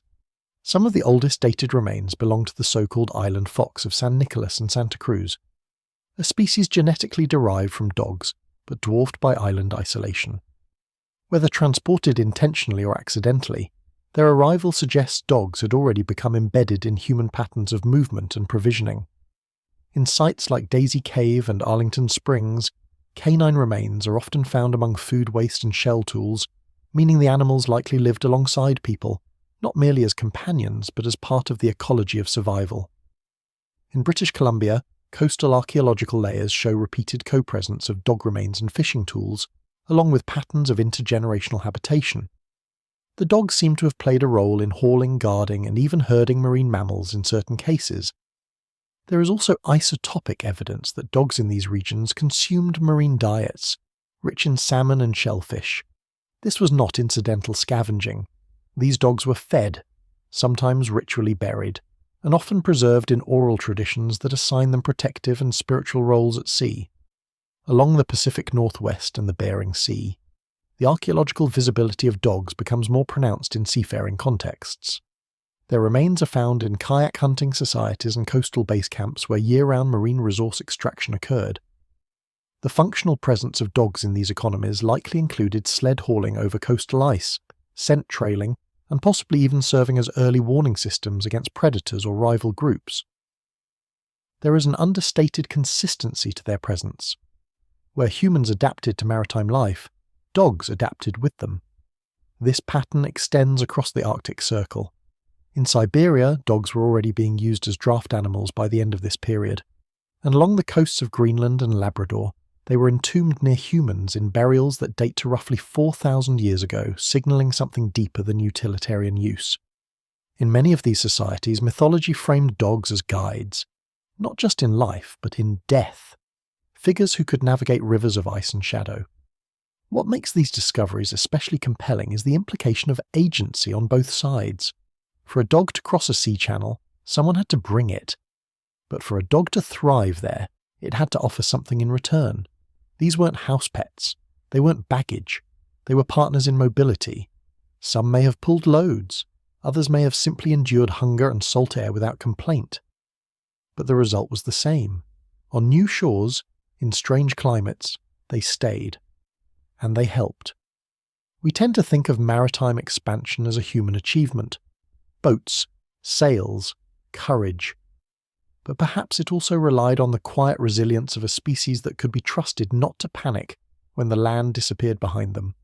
Dogs likely didn't understand where the boats were going, but they understood the people on board. That was enough.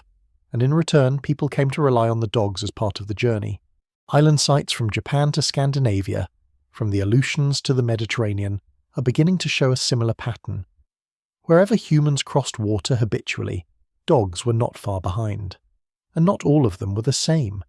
Coastal dog lineages show distinct genetic and morphological adaptations, some small and fox-like, others large and wolfish. In some cases, populations became isolated and genetically unique. In others, they remained genetically tethered to the mainland through occasional crossings. What unites these dogs, across cultures and oceans, is that they seem to know the sea, not in a mythic sense, but in a practical one. They knew when to duck into the boat. They knew how to balance against the rocking. They knew when the tide changed, and they knew who they were travelling with. It is not romanticism to say they earned their place. It is logistics. In a fragile world of hunger and driftwood, only useful animals were kept. And yet the usefulness was never just physical. Dogs also occupied a symbolic space in these societies. In some coastal traditions, dogs were the only animals permitted into sacred shelters. In others, their howls were interpreted as warnings from beyond the fog. The boundary between function and meaning, as always in deep history, is impossible to draw cleanly. But what we see again and again is this. When humans moved across water, the dogs moved too, and when they died, they were buried not far from the bones of those they had followed. So how did dogs get to islands humans hadn't named yet? By knowing the right humans to follow, by being just wild enough to survive the journey, and just tame enough to be allowed aboard. By adapting to fish, salt, silence, by becoming more than what they were. It is one of the quietest revolutions in prehistory. No monuments, No traceable line of conquest, just paw prints, midden bones, and the occasional burial facing east. The story of a dog dispersal across the coastlines is not a single event, but a habit. A repeated decision, made thousands of times over thousands of years, by people who chose not to leave these animals behind, and by animals who chose to stay. The only thing more mysterious than how they got there is how well it worked. We often ask how early humans conquered the sea, but maybe the better question is who went with them, and why, after so many generations, we still miss them when they're gone. It might seem obvious now in hindsight that dogs came from wolves, but nothing about that transformation was obvious when it was happening, and even now nothing about it is simple. Across continents, climates, and cultures, dog-like remains begin appearing in the archaeological record between 30,000 and 10,000 years ago. They appear in burial pits and hunting camps, beside hearths and midden piles, with no single moment of invention, no clear line where one species ends and another begins. The further back we go, the fuzzier the boundary becomes between wild and not so wild. And for a long time, scientists asked what might seem like a straightforward question. Did dogs come from one place or many? For decades, competing theories proposed either a single origin, one domestication event somewhere in Eurasia, or multiple domestications, perhaps arising independently wherever humans and wolves collided in enough proximity for long enough. After all, if humans across Europe, Central Asia, and East Asia were all living alongside wolves in roughly similar ways, why wouldn't they each have had their own moment of partnership? And in the fossil record there were hints. Some of the earliest proposed dog-like skulls came from Belgium, others from Siberia, still others from the Near East and China. Was this the same story told in different places, or different stories that happened to converge? The problem, of course, is that skulls don't speak, and bones only tell part of the story. For decades, paleontologists and archaeologists worked with what they had. Crania with shortened snouts, changes in toothwear, a lessened sagittal crest. But these features are ambiguous. A wolf raised around humans might develop some of them without truly becoming a dog. Environmental pressures alone could alter morphology, and so the debate remained unresolved until genetics entered the scene. Over the past 20 years, advances in ancient DNA analysis have shifted the conversation, and as more dog genomes were sequenced, both ancient and modern, a surprising pattern began to emerge. The diversity of ancient dog DNA did not suggest multiple independent domestications. Instead, it pointed to a single ancestral wolf population, now extinct, from which all known domestic dogs descend.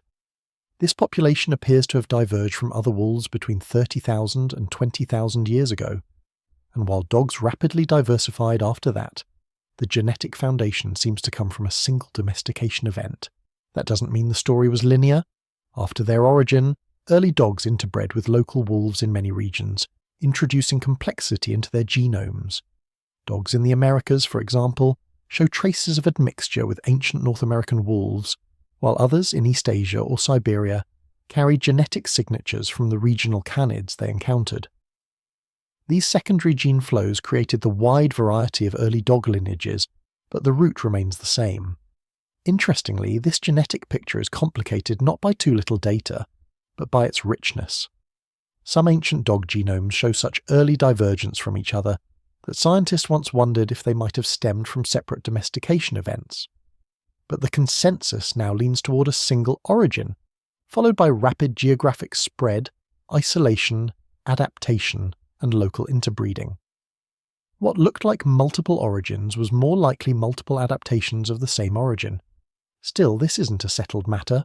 Science rarely is. New discoveries could shift the picture again. As of now, though, the majority of genetic evidence supports the idea that dogs came from one place, one group of wolves, one strange evolutionary corridor in which proximity, pressure, and time allowed something new to emerge. But that doesn't make it a simple story, because even if all dogs descend from a single origin, they did not all live the same lives. Some hunted alongside mammoth-tracking humans, others guarded early foragers' camps, some crossed ice sheets, others sailed to islands. In each case, dogs adapted not just to environments but to roles, becoming trackers, guardians, companions, scavengers, They changed alongside us again and again. One origin, yes, but many lives, many cultures, many meanings. And maybe that's the real lesson here. Not that dogs came from one place, but that the bond was strong enough to endure everywhere.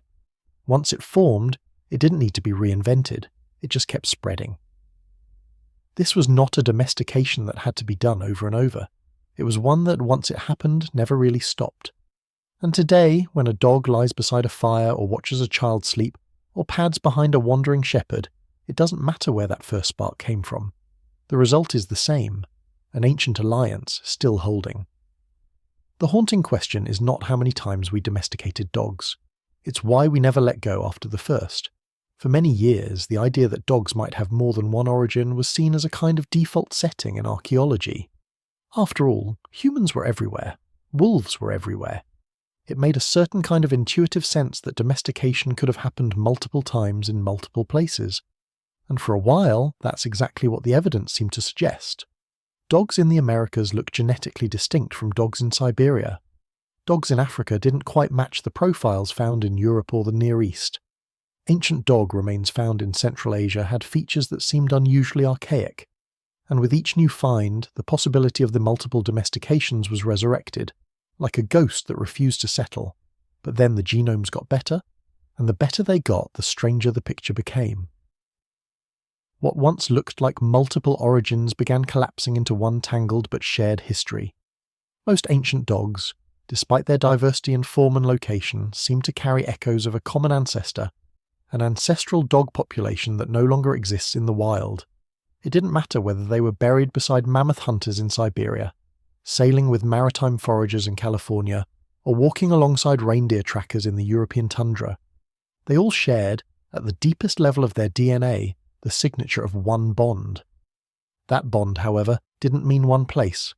It's likely that dogs spread rapidly and widely after their initial divergence from wolves. Some populations probably did mix with local wolves along the way, adding layers of regional difference. Others were isolated, evolving along their own paths for thousands of years before vanishing. But the core lineage, that strange now absent ghost wolf, held on in all of them. Like a whisper passed from fire to fire, it echoed through the bones and blood of every ancient dog, no matter how far from home it had wandered. And yet the origin question still lingers, because even with genetic convergence, the archaeological picture remains fractured. Some sites suggest early dogs in the Altai Mountains, others lean toward Western Eurasia, a few even raise eyebrows in the Levant. But no single location has managed to carry the full weight of the story. So perhaps the problem isn't where dogs came from. Perhaps it's the way we keep asking the question. The domestication of dogs might not have been a single lightning strike. It might have been a long, smouldering burn, a gradual unfolding of cooperation and mutual curiosity, spread out across thousands of years and a dozen borderlands. One bond, many fires, one origin maybe, but many beginnings. What makes this story even more haunting is that the true ancestral population, the ghost wolf that carried this bond, is gone. We've never found its bones. We've never sequenced its full genome. All we have are traces, inferred through what remains in dogs, which means, in a strange way, that dogs are not just our companions. They are also the last witnesses to a lineage that disappeared while we weren't looking.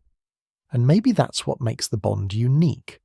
Not the fact that we made dogs, or that they made us, but that something else, something now lost, gave us both the chance. It's tempting in stories like this to seek a grand resolution, a moment when the mystery ends, when the data finally fits into a neat timeline, and the world becomes clear. But with dogs, clarity is rarely the final chapter. Instead, it's humility. We know more than we ever have. We've sequenced ancient genomes from icy caves, traced isotopes from bones buried 10,000 years ago, and modelled dispersals across forgotten landscapes, and still we are left with uncertainty. Not because the evidence is lacking, but because the past is vast, and we're just learning how to listen to it. So the question isn't really how many times we domesticated dogs.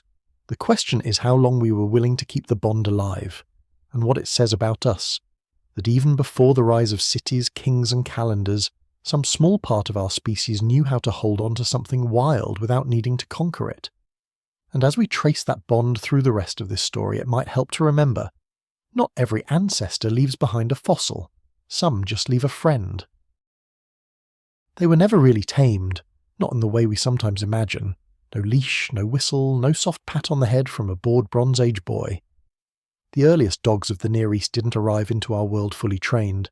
They were born from its tensions, somewhere between survival and settlement, between the slow burn of the last ice age and the first rows of barley seeds pressed into Levantine soil.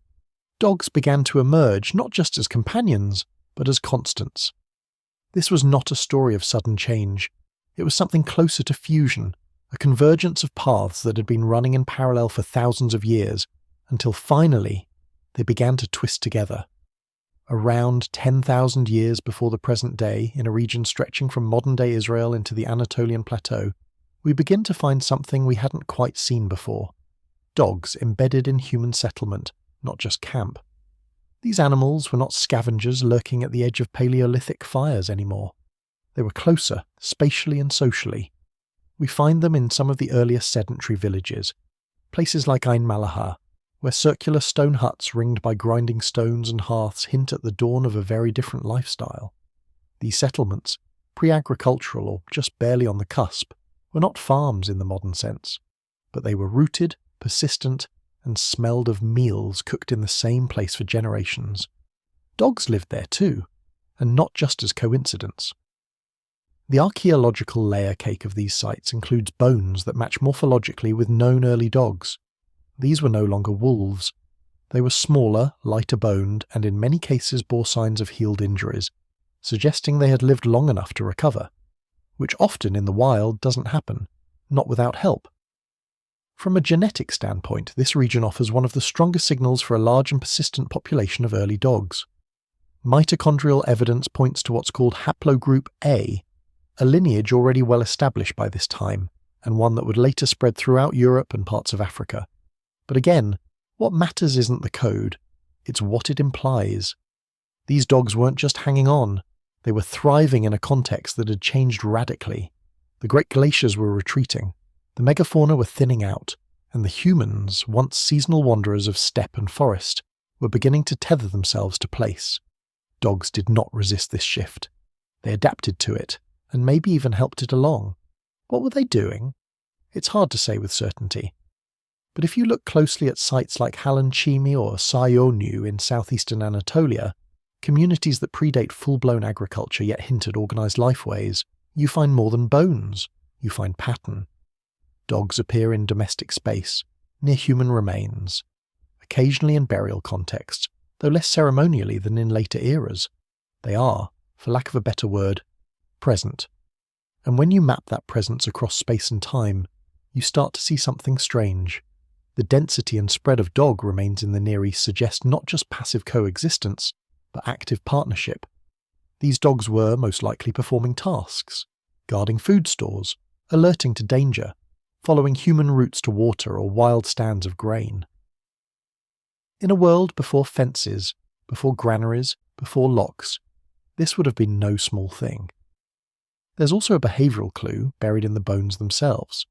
The ratio of juvenile to adult dog remains skews older than what you'd expect from wild populations, which might suggest that some form of human-assisted breeding or at least protection of young dogs was underway.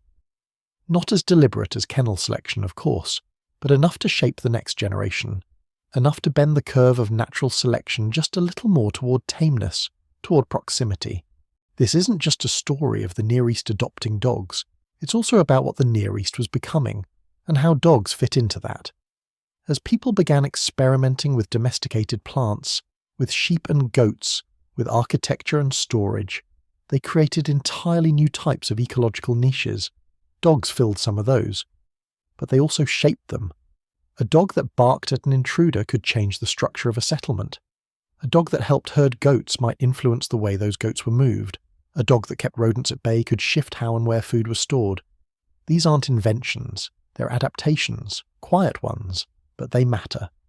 The archaeological record here, like most places, is frustratingly uneven. Not every early village preserved its dog bones. Not every find has been clearly dated or genetically sequenced. And not every canine fossil is easy to distinguish from its wild relatives, but the pattern is strong enough to suggest that by 10,000 years ago, dogs were fully integrated into Near Eastern lifeways. They weren't tools, they weren't pets, they were something else, a category we're still struggling to name. Not livestock, not wild, just there, living with us, eating with us, and, as later burials suggest, sometimes dying with us too. This raises a haunting question. Did we bring dogs to the farms, or did they bring us to the fields? It sounds poetic. But it's not empty speculation. Think of it this way. If you're a group of humans deciding where to stay, which valley to settle in, which hilltop to build on, and you've got dogs that hunt, guard and guide, would their presence tilt your decision? Would their behaviour become part of your behaviour? Would your future become, in some small but irreversibly meaningful way, entangled with theirs? We don't know the answer. But the archaeological record of the Near East whispers that the bond was already deep. The genetics tell us these dogs would go on to shape the dog populations of half the world, and the settlements, now buried under millennia of dust and sediment, remind us that domestication wasn't just about control. Sometimes it was about coexistence. Sometimes maybe the dog wasn't following the human at all. Maybe we were walking the same path, just not always at the same pace. They say that to domesticate an animal is to change its body, but to truly live beside one day after day, season after season, is to change something deeper.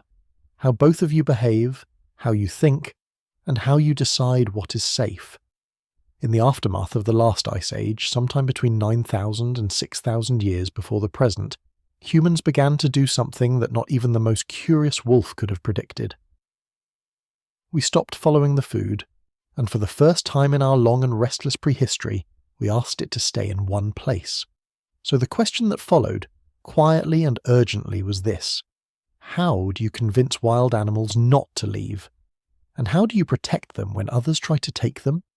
It was in this strange transitional moment, when mobile foragers became sedentary farmers, that dogs began to take on roles they'd never had before.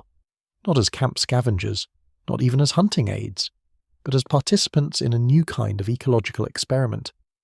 These weren't just companions to Homo sapiens anymore. They were now the custodians of other domesticated animals, sheep, goats, early cattle. In a world where grass had been fenced, food enclosed, and movement restricted, something had to watch the perimeter. Something had to stay alert when humans slept. And as far as the evidence can tell us, that something had 4 legs, pricked ears, and a deep understanding of threat. The earliest indications of livestock guarding behaviour come not from textual records, because writing wouldn't exist for several millennia, but from patterns. The patterns of bones, of sights, of movement. In Anatolia, in the Zagros, in the highlands of Iran, archaeozoologists have identified the remains of dogs that are unusually large and robust. These dogs don't seem to match the morphology of early scavenger-adapted canids. Instead, they bear signs of selection for endurance, strength, and perhaps most importantly, size, and they tend to be buried or deposited in direct association with domestic herd animals. This isn't a casual association. There are indicators of repeated proximity. Toothmarks on bones suggest canids fed on livestock carcasses. But more tellingly, the herd animal bones in these early Neolithic villages show fewer signs of predator attacks than would be expected given the still wild landscapes beyond the walls. Something was keeping the predators away. Something had started living not just near humans, but near sheep. The behavioural shift is as profound as the ecological one. Guarding livestock requires a very specific temperament. The animal must be territorial, but not aggressive toward its own herd. It must remain calm in the face of flock movement and unpredictable prey animals. It must be alert but not reactive. And most interestingly of all, it must imprint not on its own kind, but on the animals it protects. This is where the story of dog domestication becomes less about biology and more about behaviour, because by this stage, somewhere between the 9th and 6th millennia before the present, humans were not just tolerating certain behaviours in dogs, they were selecting for them, and not in a modern breeding program sense, but in the older, slower, more environmentally contingent way. The dogs that didn't chase the sheep survived longer. The ones that barked at leopards but not lambs passed on their genes, and slowly, across generations, the landscape itself began to shape what kind of dog lived on it. In the Levant and parts of the Fertile Crescent, early Neolithic communities began to show stratified site structures, zones for people, zones for storage, and zones for animals. In many of these sites, canid remains appear not in the midden heaps or refuse zones, as we might expect for scavengers, but closer to the animal enclosures. In some cases, small shelters appear to have been constructed not for people, but for dogs. These were working animals, but they were not machines. Their presence suggests not utility alone, but familiarity. And the herding role, while slightly different from guarding, begins to emerge around the same time. Herding requires a different intelligence, not just alertness, but control. To herd is to move something else on command, to anticipate motion, to redirect without harming. There's a deep cognitive requirement in this, one that suggests selective pressure not only on physical traits, but on neurological wiring. It is worth pausing here to remember that no other carnivore has done this. The wolf, majestic as it is, does not herd. The fox does not stand guard over sheep. The hyena does not protect anything except itself. And while humans have tamed and trained many species over time, it is only the dog that has stepped into these uniquely mixed roles. Predator turned protector, hunter turned herder. Not because it was forced, but because over thousands of years it was the kind of animal that could. By the 6th millennium before the present, as agriculture spread through southeastern Europe, we see the signs of this expanded dog functionality reaching new regions. The dogs that arrived with Neolithic farming cultures into the Balkans and later the Carpathians were already different from their Upper Paleolithic ancestors. Not just genetically, though that story will come later, but functionally. These were dogs that had spent generations adapting to enclosed worlds. Their roles were no longer passive, they were strategic. Some researchers argue that the very success of early Neolithic pastoralism depended on this coevolution, that without dogs to guard and herd, early domesticated animals would have been easy prey for lingering wolves, jackals, or other large predators. That without a mobile and responsive perimeter, fenced-in livestock were a liability, not an asset. In this view, dogs were not just helpful additions to the farm, they were necessary components of its survival, and perhaps more hauntingly, they were willing ones. What we don't see in the archaeological record are signs of coercion. There is no mass culling of dogs in Neolithic layers, no evidence of widespread chaining or constraint. The dogs that guarded and herded seem to have done so freely. Their skeletons show signs of long working lives, of wear and tear, of movement over vast landscapes. But they also show signs of care, healed injuries, maintained teeth, evidence of feeding in old age. These were dogs who worked, and who were, in some cases, clearly worth feeding even after they no longer could. This is the subtle turning point in the human-dog relationship. Not a dramatic shift, not a singular moment of transformation, but a quiet convergence of function and familiarity. A point where utility and affection may have started to blur. When the dog stopped being simply the animal outside the camp and became the one you built the camp with. We cannot say with certainty how widespread these behaviours were, or how uniform. The archaeological record is partial, and the preservation of behavioural evidence is notoriously difficult. But the consistency of findings across the Levant, Anatolia, and parts of southeastern Europe paints a picture that is hard to ignore. By the time humans were planting wheat, building walls and naming fields, dogs had already taken on roles that went far beyond their Pleistocene origins. They were no longer shadows at the fire's edge. They were part of the farm. And so we return to the question. When we stopped following herds, how did dogs help us keep them? The answer, it seems, is with patience, with memory, with a kind of intelligence that anticipated movement and threat, and with a bond that was no longer about shared prey, but about shared protection. It's easy to think of domestication as a human act, as something done to animals. But in this case, the dogs that guarded sheep and herded goats were not the products of force. They were partners in an unfolding experiment, one where both species learned how to live in a smaller, more ordered world, and where survival, once again, depended not just on strength, but on trust. And the question that still lingers is not how we taught dogs to do these things, but how they knew we would need them to. There is a quiet cruelty to extinction that often goes unnoticed, not because it is rare, but because it is constant. Evolution is not a ladder but a field of fallen branches, and some of those branches were once dogs, or close enough that their bones fit the mould, their teeth tell familiar stories, and their ancient DNA lights up familiar sequences, and then disappears into nothing. Around 10,000 years ago, the world held more kinds of dogs than it does now. Not more breeds, but more lineages.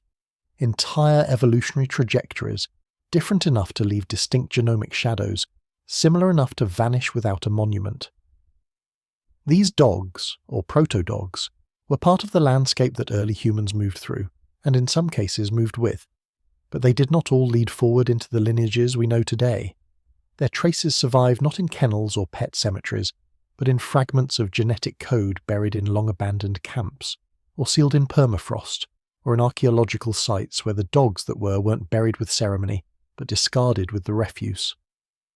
Some of these extinct dog lineages appear in samples from places like the ancient Russian Far East, or early sites in the Americas, or prehistoric China. Their mitochondrial haplotypes do not map cleanly onto the trees of modern dogs. Sometimes they are basal, sitting closer to the root of the tree than anything living. Sometimes they are odd branches that do not connect to any surviving population. What matters is not their destination, but the fact that they once existed, and now do not. Geneticists call them ghost lineages, not because they haunt us, but because they are invisible unless you know how to look. They are lineages inferred from gaps, from patterns that don't add up unless something now absent was once real. These ghost dogs are like faint footpaths in a landscape now overgrown. We can guess their shape from the disturbances they leave in the present. One well-studied case comes from sequencing ancient dog genomes that show patterns of ancestry which cannot be reconciled with any known living dog populations. In plain terms, that means some ancient dogs contributed to the genetic makeup of modern breeds, but others, entire groups, did not. They were their own story, ending before ours continued. In the Siberian steppe, in the Levant, in pre-agricultural Japan, dogs with their own lineage arcs lived and died alongside people, but their family trees terminated. Perhaps their humans died out. Perhaps they were absorbed, replaced, or simply did not thrive as other populations spread. We do not know, and it is humbling not to know, because extinction is not always the result of failure. Sometimes it is the loss of a viable alternative, an unchosen path.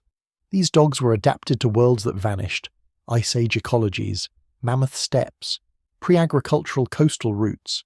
Their bodies may have been perfect for the climates and tasks of their time, but time changed. When we talk about domestication, we tend to speak in terms of success. What traits survived? What genes persisted? But for every successful lineage, there were others that disappeared. Not through error, just through time. The dogs that weren't ours are a reminder that history is not made only by what lasts. It is also shaped by what is lost. Their DNA flickers briefly in our datasets, then fades. Their bones confuse our classifications. Their lives are recoverable only in hints. It is tempting to assign them meaning, to wonder if these were the truly wild dogs, or the loyal ones who followed us into places no one else dared go. But the truth is quieter. They were simply there, doing what dogs have always done, surviving with us, near us, because of us, until they didn't.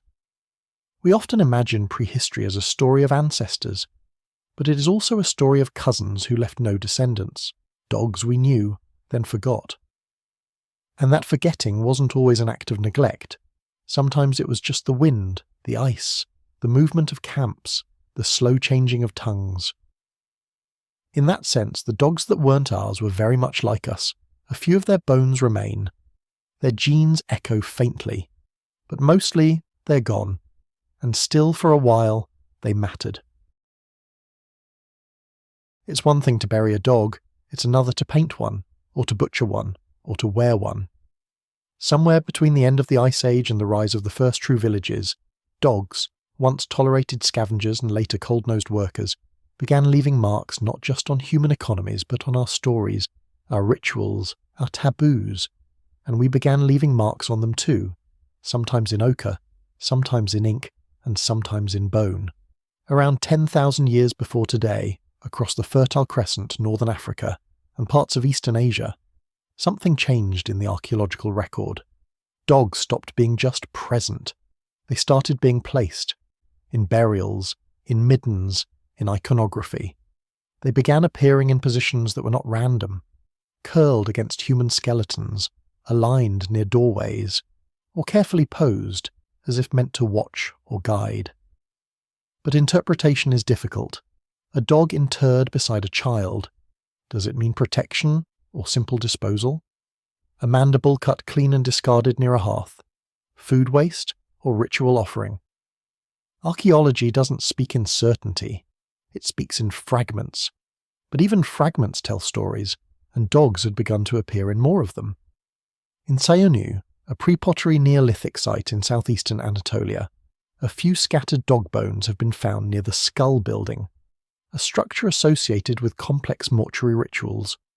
While no one can say for sure whether these dogs were participants, sacrifices, or just bystanders, their placement raises questions. Were they guardians of the dead? Were they messengers between realms? Or were they simply present, familiar enough to drift into sacred spaces without protest? In ancient Iran, dog remains have been found alongside votive figurines and food offerings. At sites like Tepe Guran and Ali Kosh, some of these bones bear marks of butchery, while others appear unprocessed. Did some dogs serve as food? Almost certainly, but even that suggests cultural complexity. Eating an animal that shares your home is not a neutral act. It implies survival, hierarchy, or symbolic consumption. Other sites suggest something gentler. In eastern Jordan, at the Natufian site of Ain Malaha, dated to around 12,000 years ago, a dog was buried with a woman, its body curled in a mirrored posture. The dog was old, arthritic, likely cared for through its final years. If this was not affection, it was at least a kind of sustained co-responsibility. Not a tool, not livestock, something else. Meanwhile, in Siberia's Zhukov Island, dog bones from around 9,000 years ago show signs of harness wear and controlled breeding.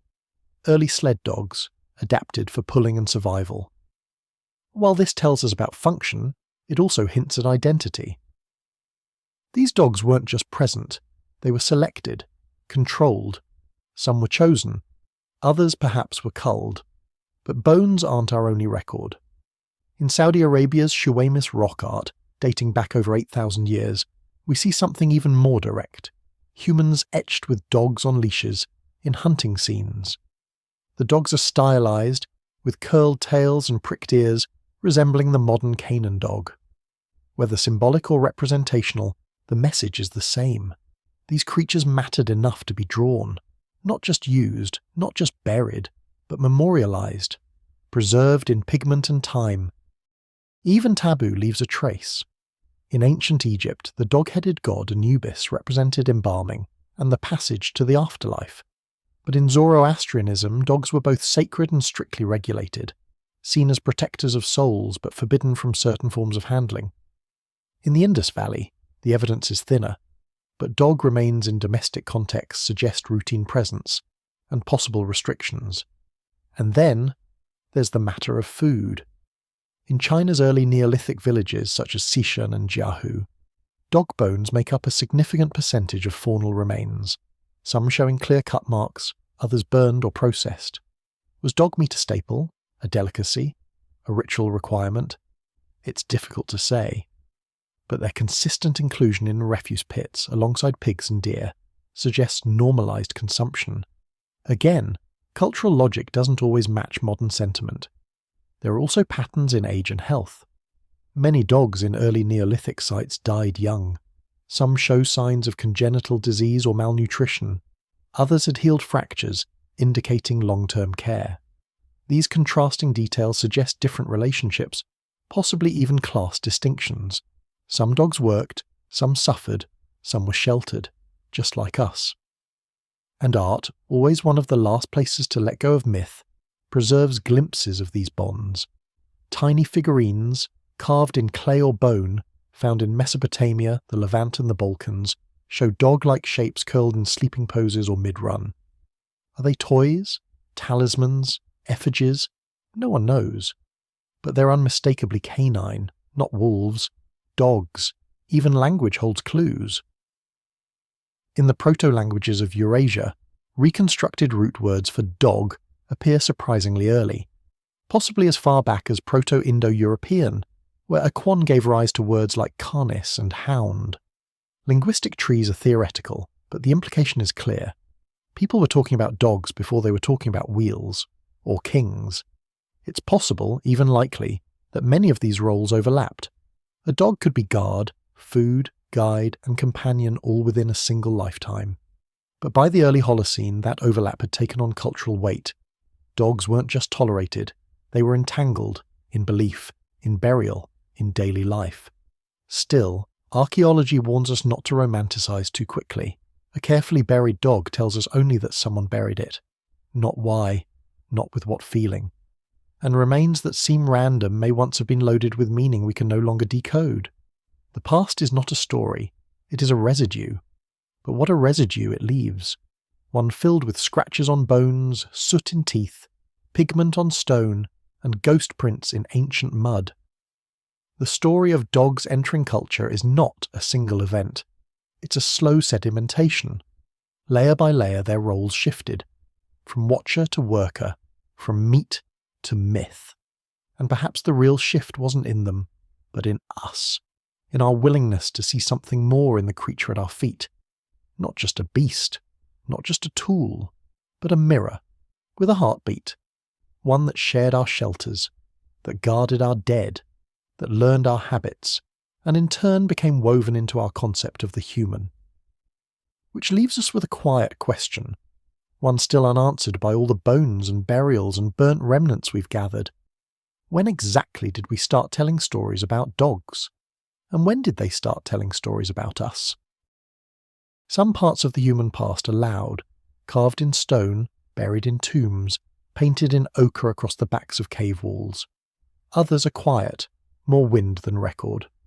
Central Asia, across the long sweep from roughly 8,000 to 4,000 years before today, often feels like one of those quieter places. Between the rising grain stores of the Fertile Crescent and the first walls of China's early cities, there is a vast space, and within that space, steppe, mountain and desert. Dogs lived and moved, but they left behind very little to explain how. The archaeological footprint is faint. Scattered bones, a few shallow burials, fragments found in middens. Most are incomplete.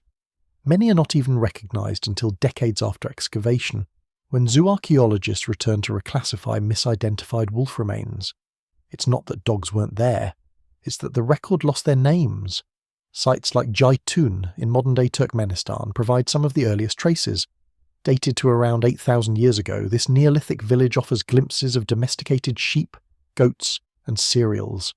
And alongside them, though in much smaller numbers, canid bones. Some are gracile, smaller than wolves, with cranial features suggestive of domesticated status.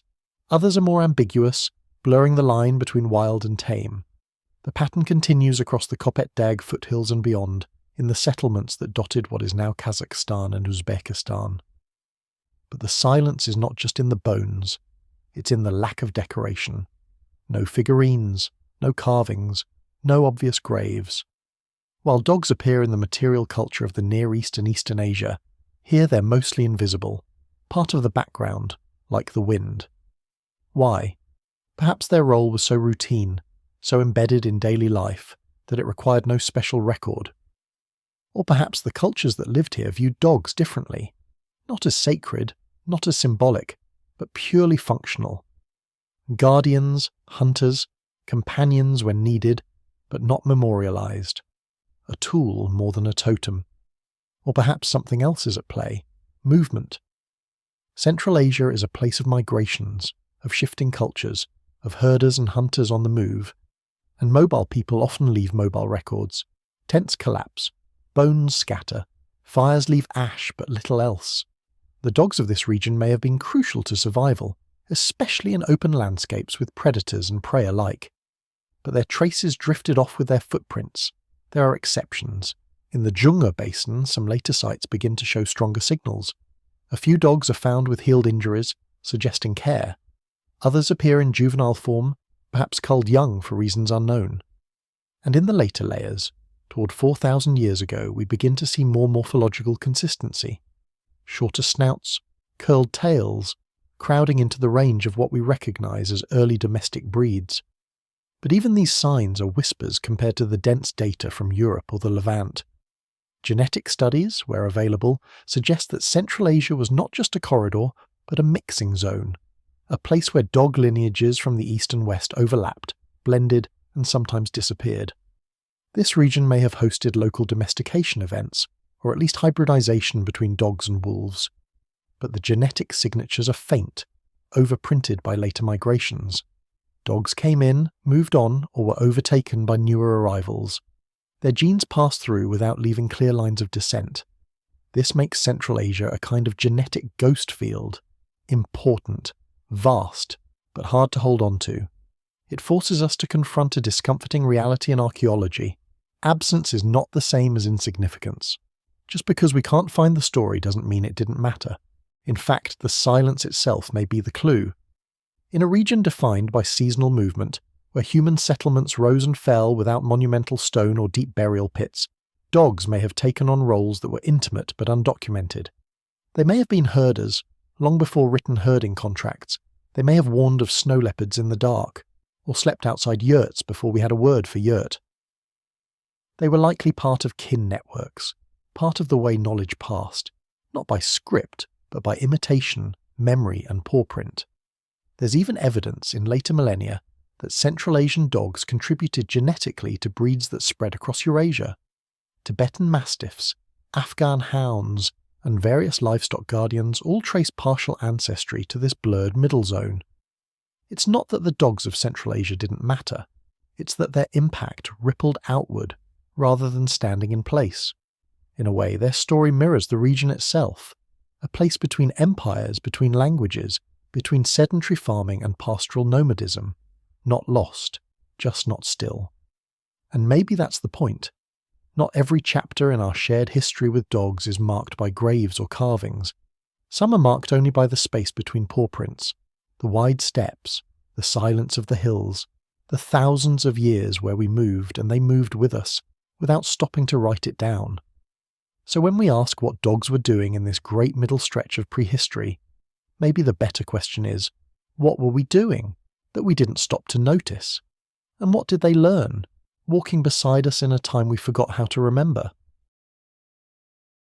Some changes are loud, others arrive like mist, replacing the air you thought you knew without a sound. Between 6,000 and 3,000 years before today, something like that happened to dogs, not all at once, and not everywhere, but slowly, steadily, across plains and peninsulas, the lineages began to shift. This period, roughly spanning the late Neolithic into the early Bronze Age, was a time of enormous change for humans. Farming intensified, settlements expanded, metal tools spread, trade routes lengthened, entire populations moved, and with them, their dogs. In the archaeological record, the shift is subtle. At first, it might seem like nothing has changed. A dog skull here, a paw print in clay there. But when ancient DNA is pulled from the bones, the quiet revolution reveals itself. In site after site across Europe and parts of Asia, older dog lineages, those that had been in place since the Ice Age or early Holocene, begin to vanish. They are replaced not by wolves, but by other dogs. Dogs that carried different mitochondrial haplogroups. Dogs that came from somewhere else. We don't see signs of violence, no sudden mass cullings, no skeletal trauma that might suggest a direct canine confrontation. This wasn't a war of dogs. It was something softer, more human. A demographic replacement driven not by tooth and claw, but by migration, marriage, and memory. One of the clearest cases comes from Europe. For thousands of years, the dogs of the continent belonged mostly to what geneticists now call C lineage, mitochondrial haplogroups, descendants of the early canines that had followed hunter-gatherers into Europe at the end of the Ice Age. But around 6,000 years ago, those C lineages began to fade. In their place, a new lineage spread rapidly, the so-called A lineage, associated with dogs from the Near East and Central Asia. The shift mirrors what was happening to people. The spread of agriculture, often linked with movements from the Fertile Crescent into Europe, brought not just seeds and pots, but whole communities. As Neolithic farmers moved in, they didn't always displace local hunter-gatherers violently, but their numbers, technologies, and social systems gradually overwhelmed older ways of life, and as they settled, their dogs settled with them. Sometimes the newcomers' dogs likely interbred with local populations, hybrid litters, mixed traits, but in other cases the genetic record suggests more complete turnover. The older dogs simply disappear from the lineage trees, no direct descendants, no lingering markers, gone. This raises a quiet, almost uncomfortable question. What happened to those earlier dogs? Did they simply die out, unlamented, as their human partners faded into the background? Were they pushed out socially, considered inferior, or not trusted by the newcomers? Were they eaten, or lost in conflict, or slowly bred out of existence? Or did they live out their lives in shrinking margins, replaced by puppies with slightly different ears and slightly more favoured status? We may never know. But it's important to remember that domestication is not a one-time event. It is a process, and sometimes a contested one. Just as human cultures rise, fall, and merge, so too do the animals we live with. Dogs are not a fixed species. They are a relationship, and like all relationships, they change with circumstance. This period also saw increasing specialization. Some dogs were bred smaller, more agile, others larger, more suited to protection or labor. The Bronze Age was coming, with carts and cities and complexity, and dogs adapted, as they always had, to what we asked of them. But behind the adaptation was a loss. Entire branches of the dog family tree clipped away, silently, over generations. The archaeological record shows new types of burial as well. Dogs buried alone in ways that suggest status, or buried with people in contexts that hint at shared identity. These are not the ancient Ice Age puppies tucked beside mammoth hunters, nor are they modern pets. They're working dogs, yes, but also cultural dogs, markers of affiliation, tools of movement, perhaps even symbols of identity. In some regions, the shift is dramatic, in others, gradual. But the pattern is surprisingly consistent. The same story plays out in Anatolia, in the Balkans, in parts of the Caucasus, and even as far as the Indian subcontinent.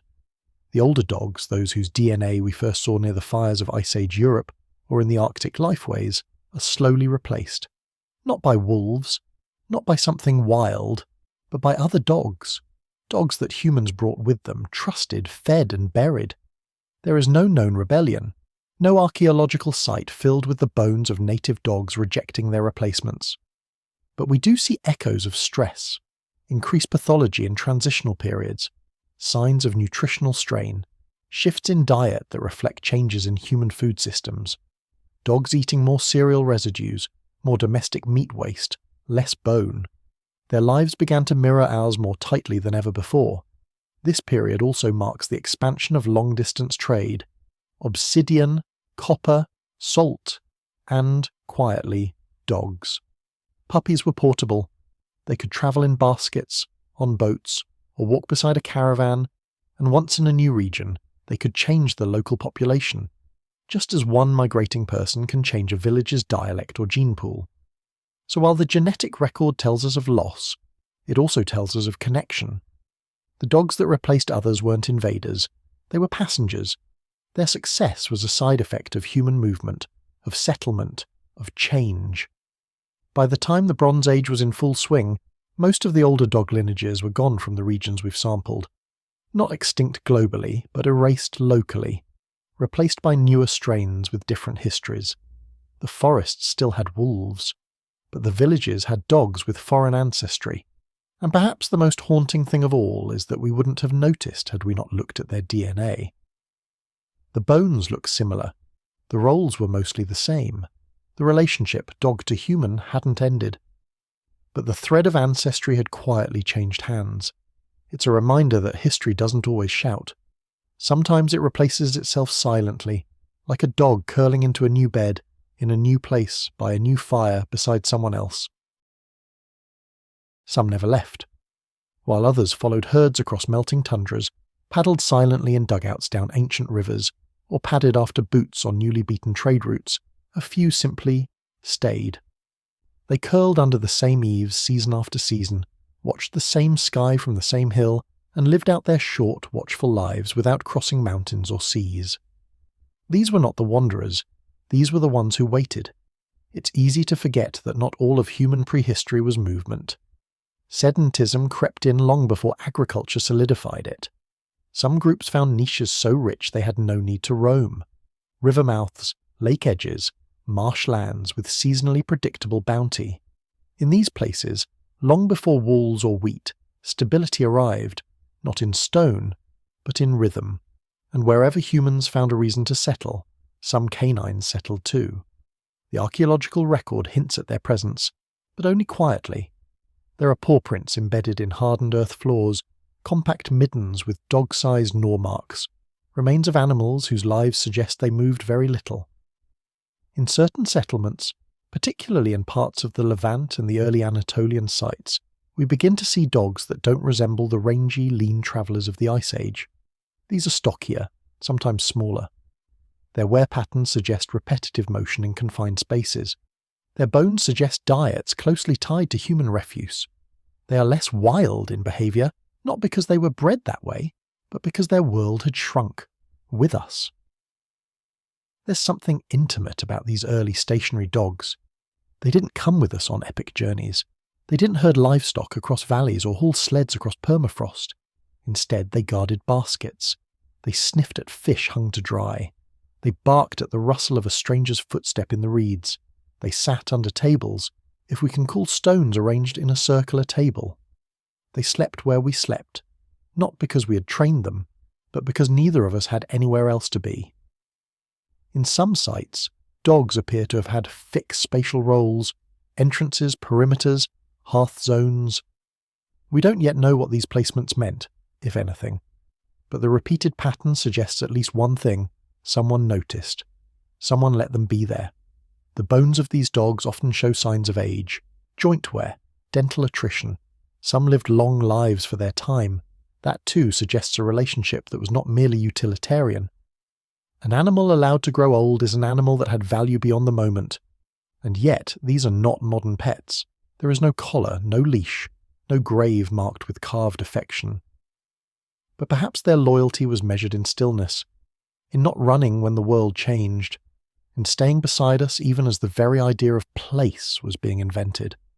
It's tempting to read into this too much, to assign loyalty where there was simply routine, to imagine emotional bonds where the archaeological record offers only trace evidence and wear patterns. But even caution can't erase the quiet truth. Some of the earliest dogs chose, not to roam, but to remain. In doing so, they may have taught us something new, that not all survival requires movement, that sometimes resilience looks like patience, that partnership doesn't always howl or chase. Sometimes it just sits beside you, watches the fire, waits for the next day. And while the nomadic dogs may have carved the trails of dispersal, it was the still dogs, the ones who stayed, that guarded the routes. We often talk about how dogs followed us everywhere, but perhaps the first true bond was formed not in the chase, but in the pause, in the decision, silent and mutual, to stop running, to stay, together. Somewhere deep in the Pleistocene, a lineage of wolves did not run. It paused, it waited. It began watching us more than hunting us, and we, the strange bipedal apes who had learned to carry fire in baskets and stories in breath, did something equally odd. We did not kill it. This is where the story begins, not of dogs, not of wolves, but of the quiet curve that bent both species into something else entirely, something that walked closer. Over the next tens of thousands of years, something ancient and irreversible took root. It was not domestication in the way we tend to imagine it, with leashes, whistles, and obedience. It was mutual entanglement. We scavenged the same kills. We stared into the same darkness, and we learned, slowly, accidentally, to read each other's silences. This didn't happen overnight. It didn't happen everywhere. But it happened deeply enough that neither species would remain untouched. We did not just shape them. They shaped us. The earliest changes were small. Wolves that lingered closer to human camps may have been less fearful, less reactive. Those who barked rather than fled, who tolerated firelight instead of vanishing into it, may have had a slight advantage, not from us, but from the world, from cold, from hunger, from the risks of being alone. Selection began acting not just on strength, or teeth, or speed, but on behaviour. And somewhere in this slow feedback loop, wolves that could watch us without fear began surviving better. And so did we. Humans living in small Paleolithic bands, dependent on mobility and fragile alliances, learned that the presence of these animals brought more than scavenging competition. They brought alerts, they brought warmth, they brought companionship, even if that companionship had no word yet. We now believe these emotional cues, these social cross-signals, were not one-way. Both species evolved new capacities, new brain wiring. Dogs became better at reading human gestures than even apes, and humans became more attuned to canid moods than we were to our own kind. That's not metaphor, that's neuroscience. Recent studies suggest that the co-evolutionary feedback between humans and dogs may have contributed to the development of more nuanced social cognition in us. The capacity for shared attention, for joint intention, for responding to another's gaze. These are traits that we often associate with our interactions with other humans. But dogs can do it too. They were doing it long before they had names. This mutual gaze may have had physiological consequences. Oxytocin release in both dogs and humans during sustained eye contact hints at something more ancient than sentiment, a biochemical co-addiction that reinforced the bond.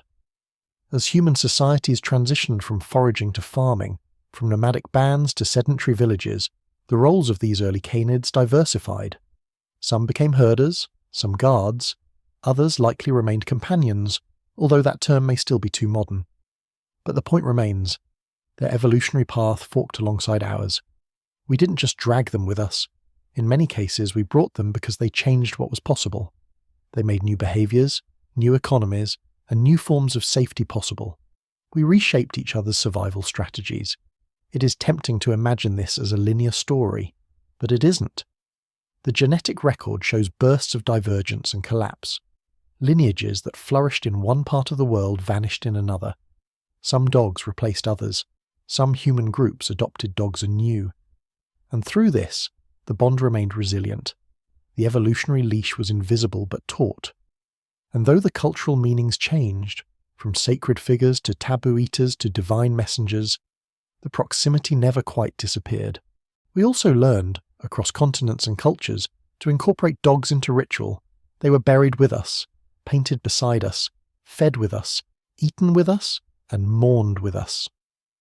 These are not signs of ownership, these are signs of co-presence, and the fact that they show up independently, in archaeological layers separated by thousands of miles and thousands of years, tells us something remarkable.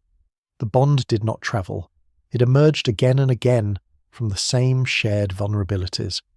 The emotional presence of dogs in human history is not a soft topic. It is a measurable evolutionary pressure. And like all evolutionary pressures, it left marks, not just in bones, but in brains, in choices, in myth. It shaped how we approach threat, how we use space, how we planned. Dogs altered the ways we perceived the world, and the ways we responded to it. Even now, studies show that human stress levels drop in the presence of familiar dogs. Heart rates slow, breathing deepens. This is not sentimentality, this is residue. Some of our most stable emotional associations, loyalty, protection, unconditional presence, may have been scaffolded by our long proximity to these animals, and we, in turn, offered them something rare in the animal kingdom, not just food or shelter, but social identity, a place in the group, a function in the ritual, a space in the memory. For over 20,000 years we co-edited each other's survival, and yet the story remains open. We do not know how many lineages were lost, how many mutual intelligences flickered briefly before vanishing in wars, famines, migrations, or simply the erosion of time. What we do know is this: the version of humanity we became, the one that learned to settle, to bond, to grieve, did so with dogs at our side, or perhaps more precisely at our threshold, between the wild and the known, between the outside and the hearth, and if there is still something unspoken that passes between a human hand and a dog's gaze, it is not just habit, it is not nostalgia, it is memory, a memory older than language, one that still walks quietly beside us. But if coevolution means anything at all, it doesn't just refer to changing skulls or shifting mitochondrial branches, it refers to what couldn't have emerged alone. There is no gene for cooperation, yet somehow it spread. There's no fossil for loyalty, yet it lingered. A line was crossed when wolves stopped running and humans stopped pushing them away. But the more haunting truth is this: we didn't just train animals, we were trained too. Every generation that lived beside canids, in the cold, in hunger, in siege, in celebration, carried that mutual imprint deeper into their behavioural norms. We began selecting, not just for utility, but for empathy, for trust, for response to tone, and so did they. In that sense, some parts of us, the need for a watchful presence, the reflex to share scraps, the ability to bond across species boundaries, may be less a feature of culture and more a residue of prolonged coexistence, not learned, but inherited, not taught, but shaped. And once that path had begun, there was no turning back. The ones who feared animals stayed behind. The ones who understood them wandered farther. This isn't a fable, it's the fossil record, behaving more like myth than we expected. What looks like domestication in bones may, in behaviour, have been something quieter. Not control, not conquest, but convergence. We walked through the same ice, faced the same starvation, heard the same winds. One species looked at the other and didn't run. And something inside both changed, and perhaps that's all it took. Not a plan, not a breakthrough, just a moment held between firelight and eyeshine, long enough to echo through 30,000 years. There are no wild dogs at your door tonight, no wolves on the ridge, waiting to scavenge what's left of your kill. No shared silence under a glacial sky, but the feeling persists. Somewhere, deep in the folds of our cognition, is a space that was made not just for others, but for another kind. Not a tool, not a weapon, not a threat. Something that watched, waited, and eventually stayed. This is not about modern dogs, not about names, collars, or clever tricks. It is about the thing that made us stop being afraid of a predator, just long enough for it to see us as something other than prey. It is about the kind of presence that doesn't speak, doesn't demand, doesn't explain itself. It simply lingers. And in its lingering, alters the emotional temperature of the space it occupies. That may be the oldest form of alliance we ever knew. We are not the same species we were before that silence was shared. Something fundamental shifted, not because we tamed nature, but because we were brave enough to trust it. In moments, in fragments, in hard winters and low food and long stares across flickering firelight. That trust was never guaranteed. It was tested, over and over. Some lines held, some broke, some lineages vanished entirely. But the ones that lasted, those are the ones that remembered how to stay. And so the question isn't whether you could tame a wolf. We never really did. The question is whether, in your quietest, most honest moments, sitting in the dark with no need to speak, would a wolf choose to sit near you? Would your scent, your breath, your stillness be enough to say, "I am not your threat. I am not your prey. I am simply here, and I see you." That's the Firelight Test. Not what you can force, but what you can attract by being worthy of proximity. And maybe, just maybe, that is what we've always been trying to become. Something the wild might come back for. Something it might sit beside one more time, no leash, no command. Just eyeshine, and the cold and the quiet recognition that, for one impossible moment in prehistory, we made room for each other. And neither one of us ran. Maybe that's the quiet legacy we've carried, even if we no longer recognize it. Not the bark, not the tail, not the fur, but the arrangement of emotional architecture that once made space for a kind of closeness that had no words. The feeling of another heartbeat in the dark, aligned with your own. Not out of fear, not out of training, but because the silence felt safer when it was shared. Long before agriculture, before herding, before symbols and altars and cities, there was a threshold, and two species hovered on either side of it. One had fire, the other had fangs. Neither understood the full weight of the choice they were making, but they stayed. And once they stayed, they watched. And once they watched, they learned. From each other, about each other, with each other. That's not a myth. That's evolutionary time rendered in behaviour. The fossil record shows you bones and burial sites. The DNA shows you divergence and migration. But the behaviour, the choice to linger, to wait, to not flee, that's something you can only see in hindsight. When you look back and realise how unlikely it all was, how thin the line was between species that survived separately and those that began to blur their edges, this is not the story of dominance, it's the story of proximity. Not every wolf became a partner. Most didn't. Many ran, many were killed, some were eaten. This wasn't a fairy tale. It was an Ice Age negotiation. But for the few who remained, for the ones who approached the campfire not with a growl but a pause, something irreversible happened. That moment is not visible in the archaeological record. It doesn't fossilise. But it might be more real than any tool or artefact we've found, because it continues, in some form, in some trace. The impulse to share our space with something that doesn't speak our language, but understands us anyway. The impulse to be seen across a species boundary and not flinch. It may be one of the oldest instincts we still trust. We don't always honour it. We've bred dogs for everything from war to whimsy. We've lost lineages, manipulated traits, even confused loyalty with obedience. But none of that erases what happened at the beginning, when there were no leashes, when there was only snow, hunger, danger, and still the choice to stay close. You don't need to believe in magic to see the miracle in that. You just need to understand how rare it is, in the history of life, for two predators to become each other's refuge. Not perfectly, not always peacefully, but enough to endure. So if you sit by a fire tonight, and the world outside is quiet, and your thoughts slow to the pace of breath and crackling wood, consider this. The wild once sat beside us, and for some reason, it didn't run. Maybe the test isn't whether we could pass that moment again. Maybe the test is whether we still remember how to be worth staying for. Thank you, fellow sapiens, for wandering this timeline with me, for drifting into deep time, for slowing down and remembering. If this helped you fall asleep, helped you study, or simply helped you step out of the noise for a while, thank you for being here. If you think more people should know this story, you know what to do, like subscribe, share it with the sapiens in your life, and tell me, are you listening before bed, while working, or somewhere in the world I can only imagine? And as always, stay curious, just stay calm. I'll see you in the next story.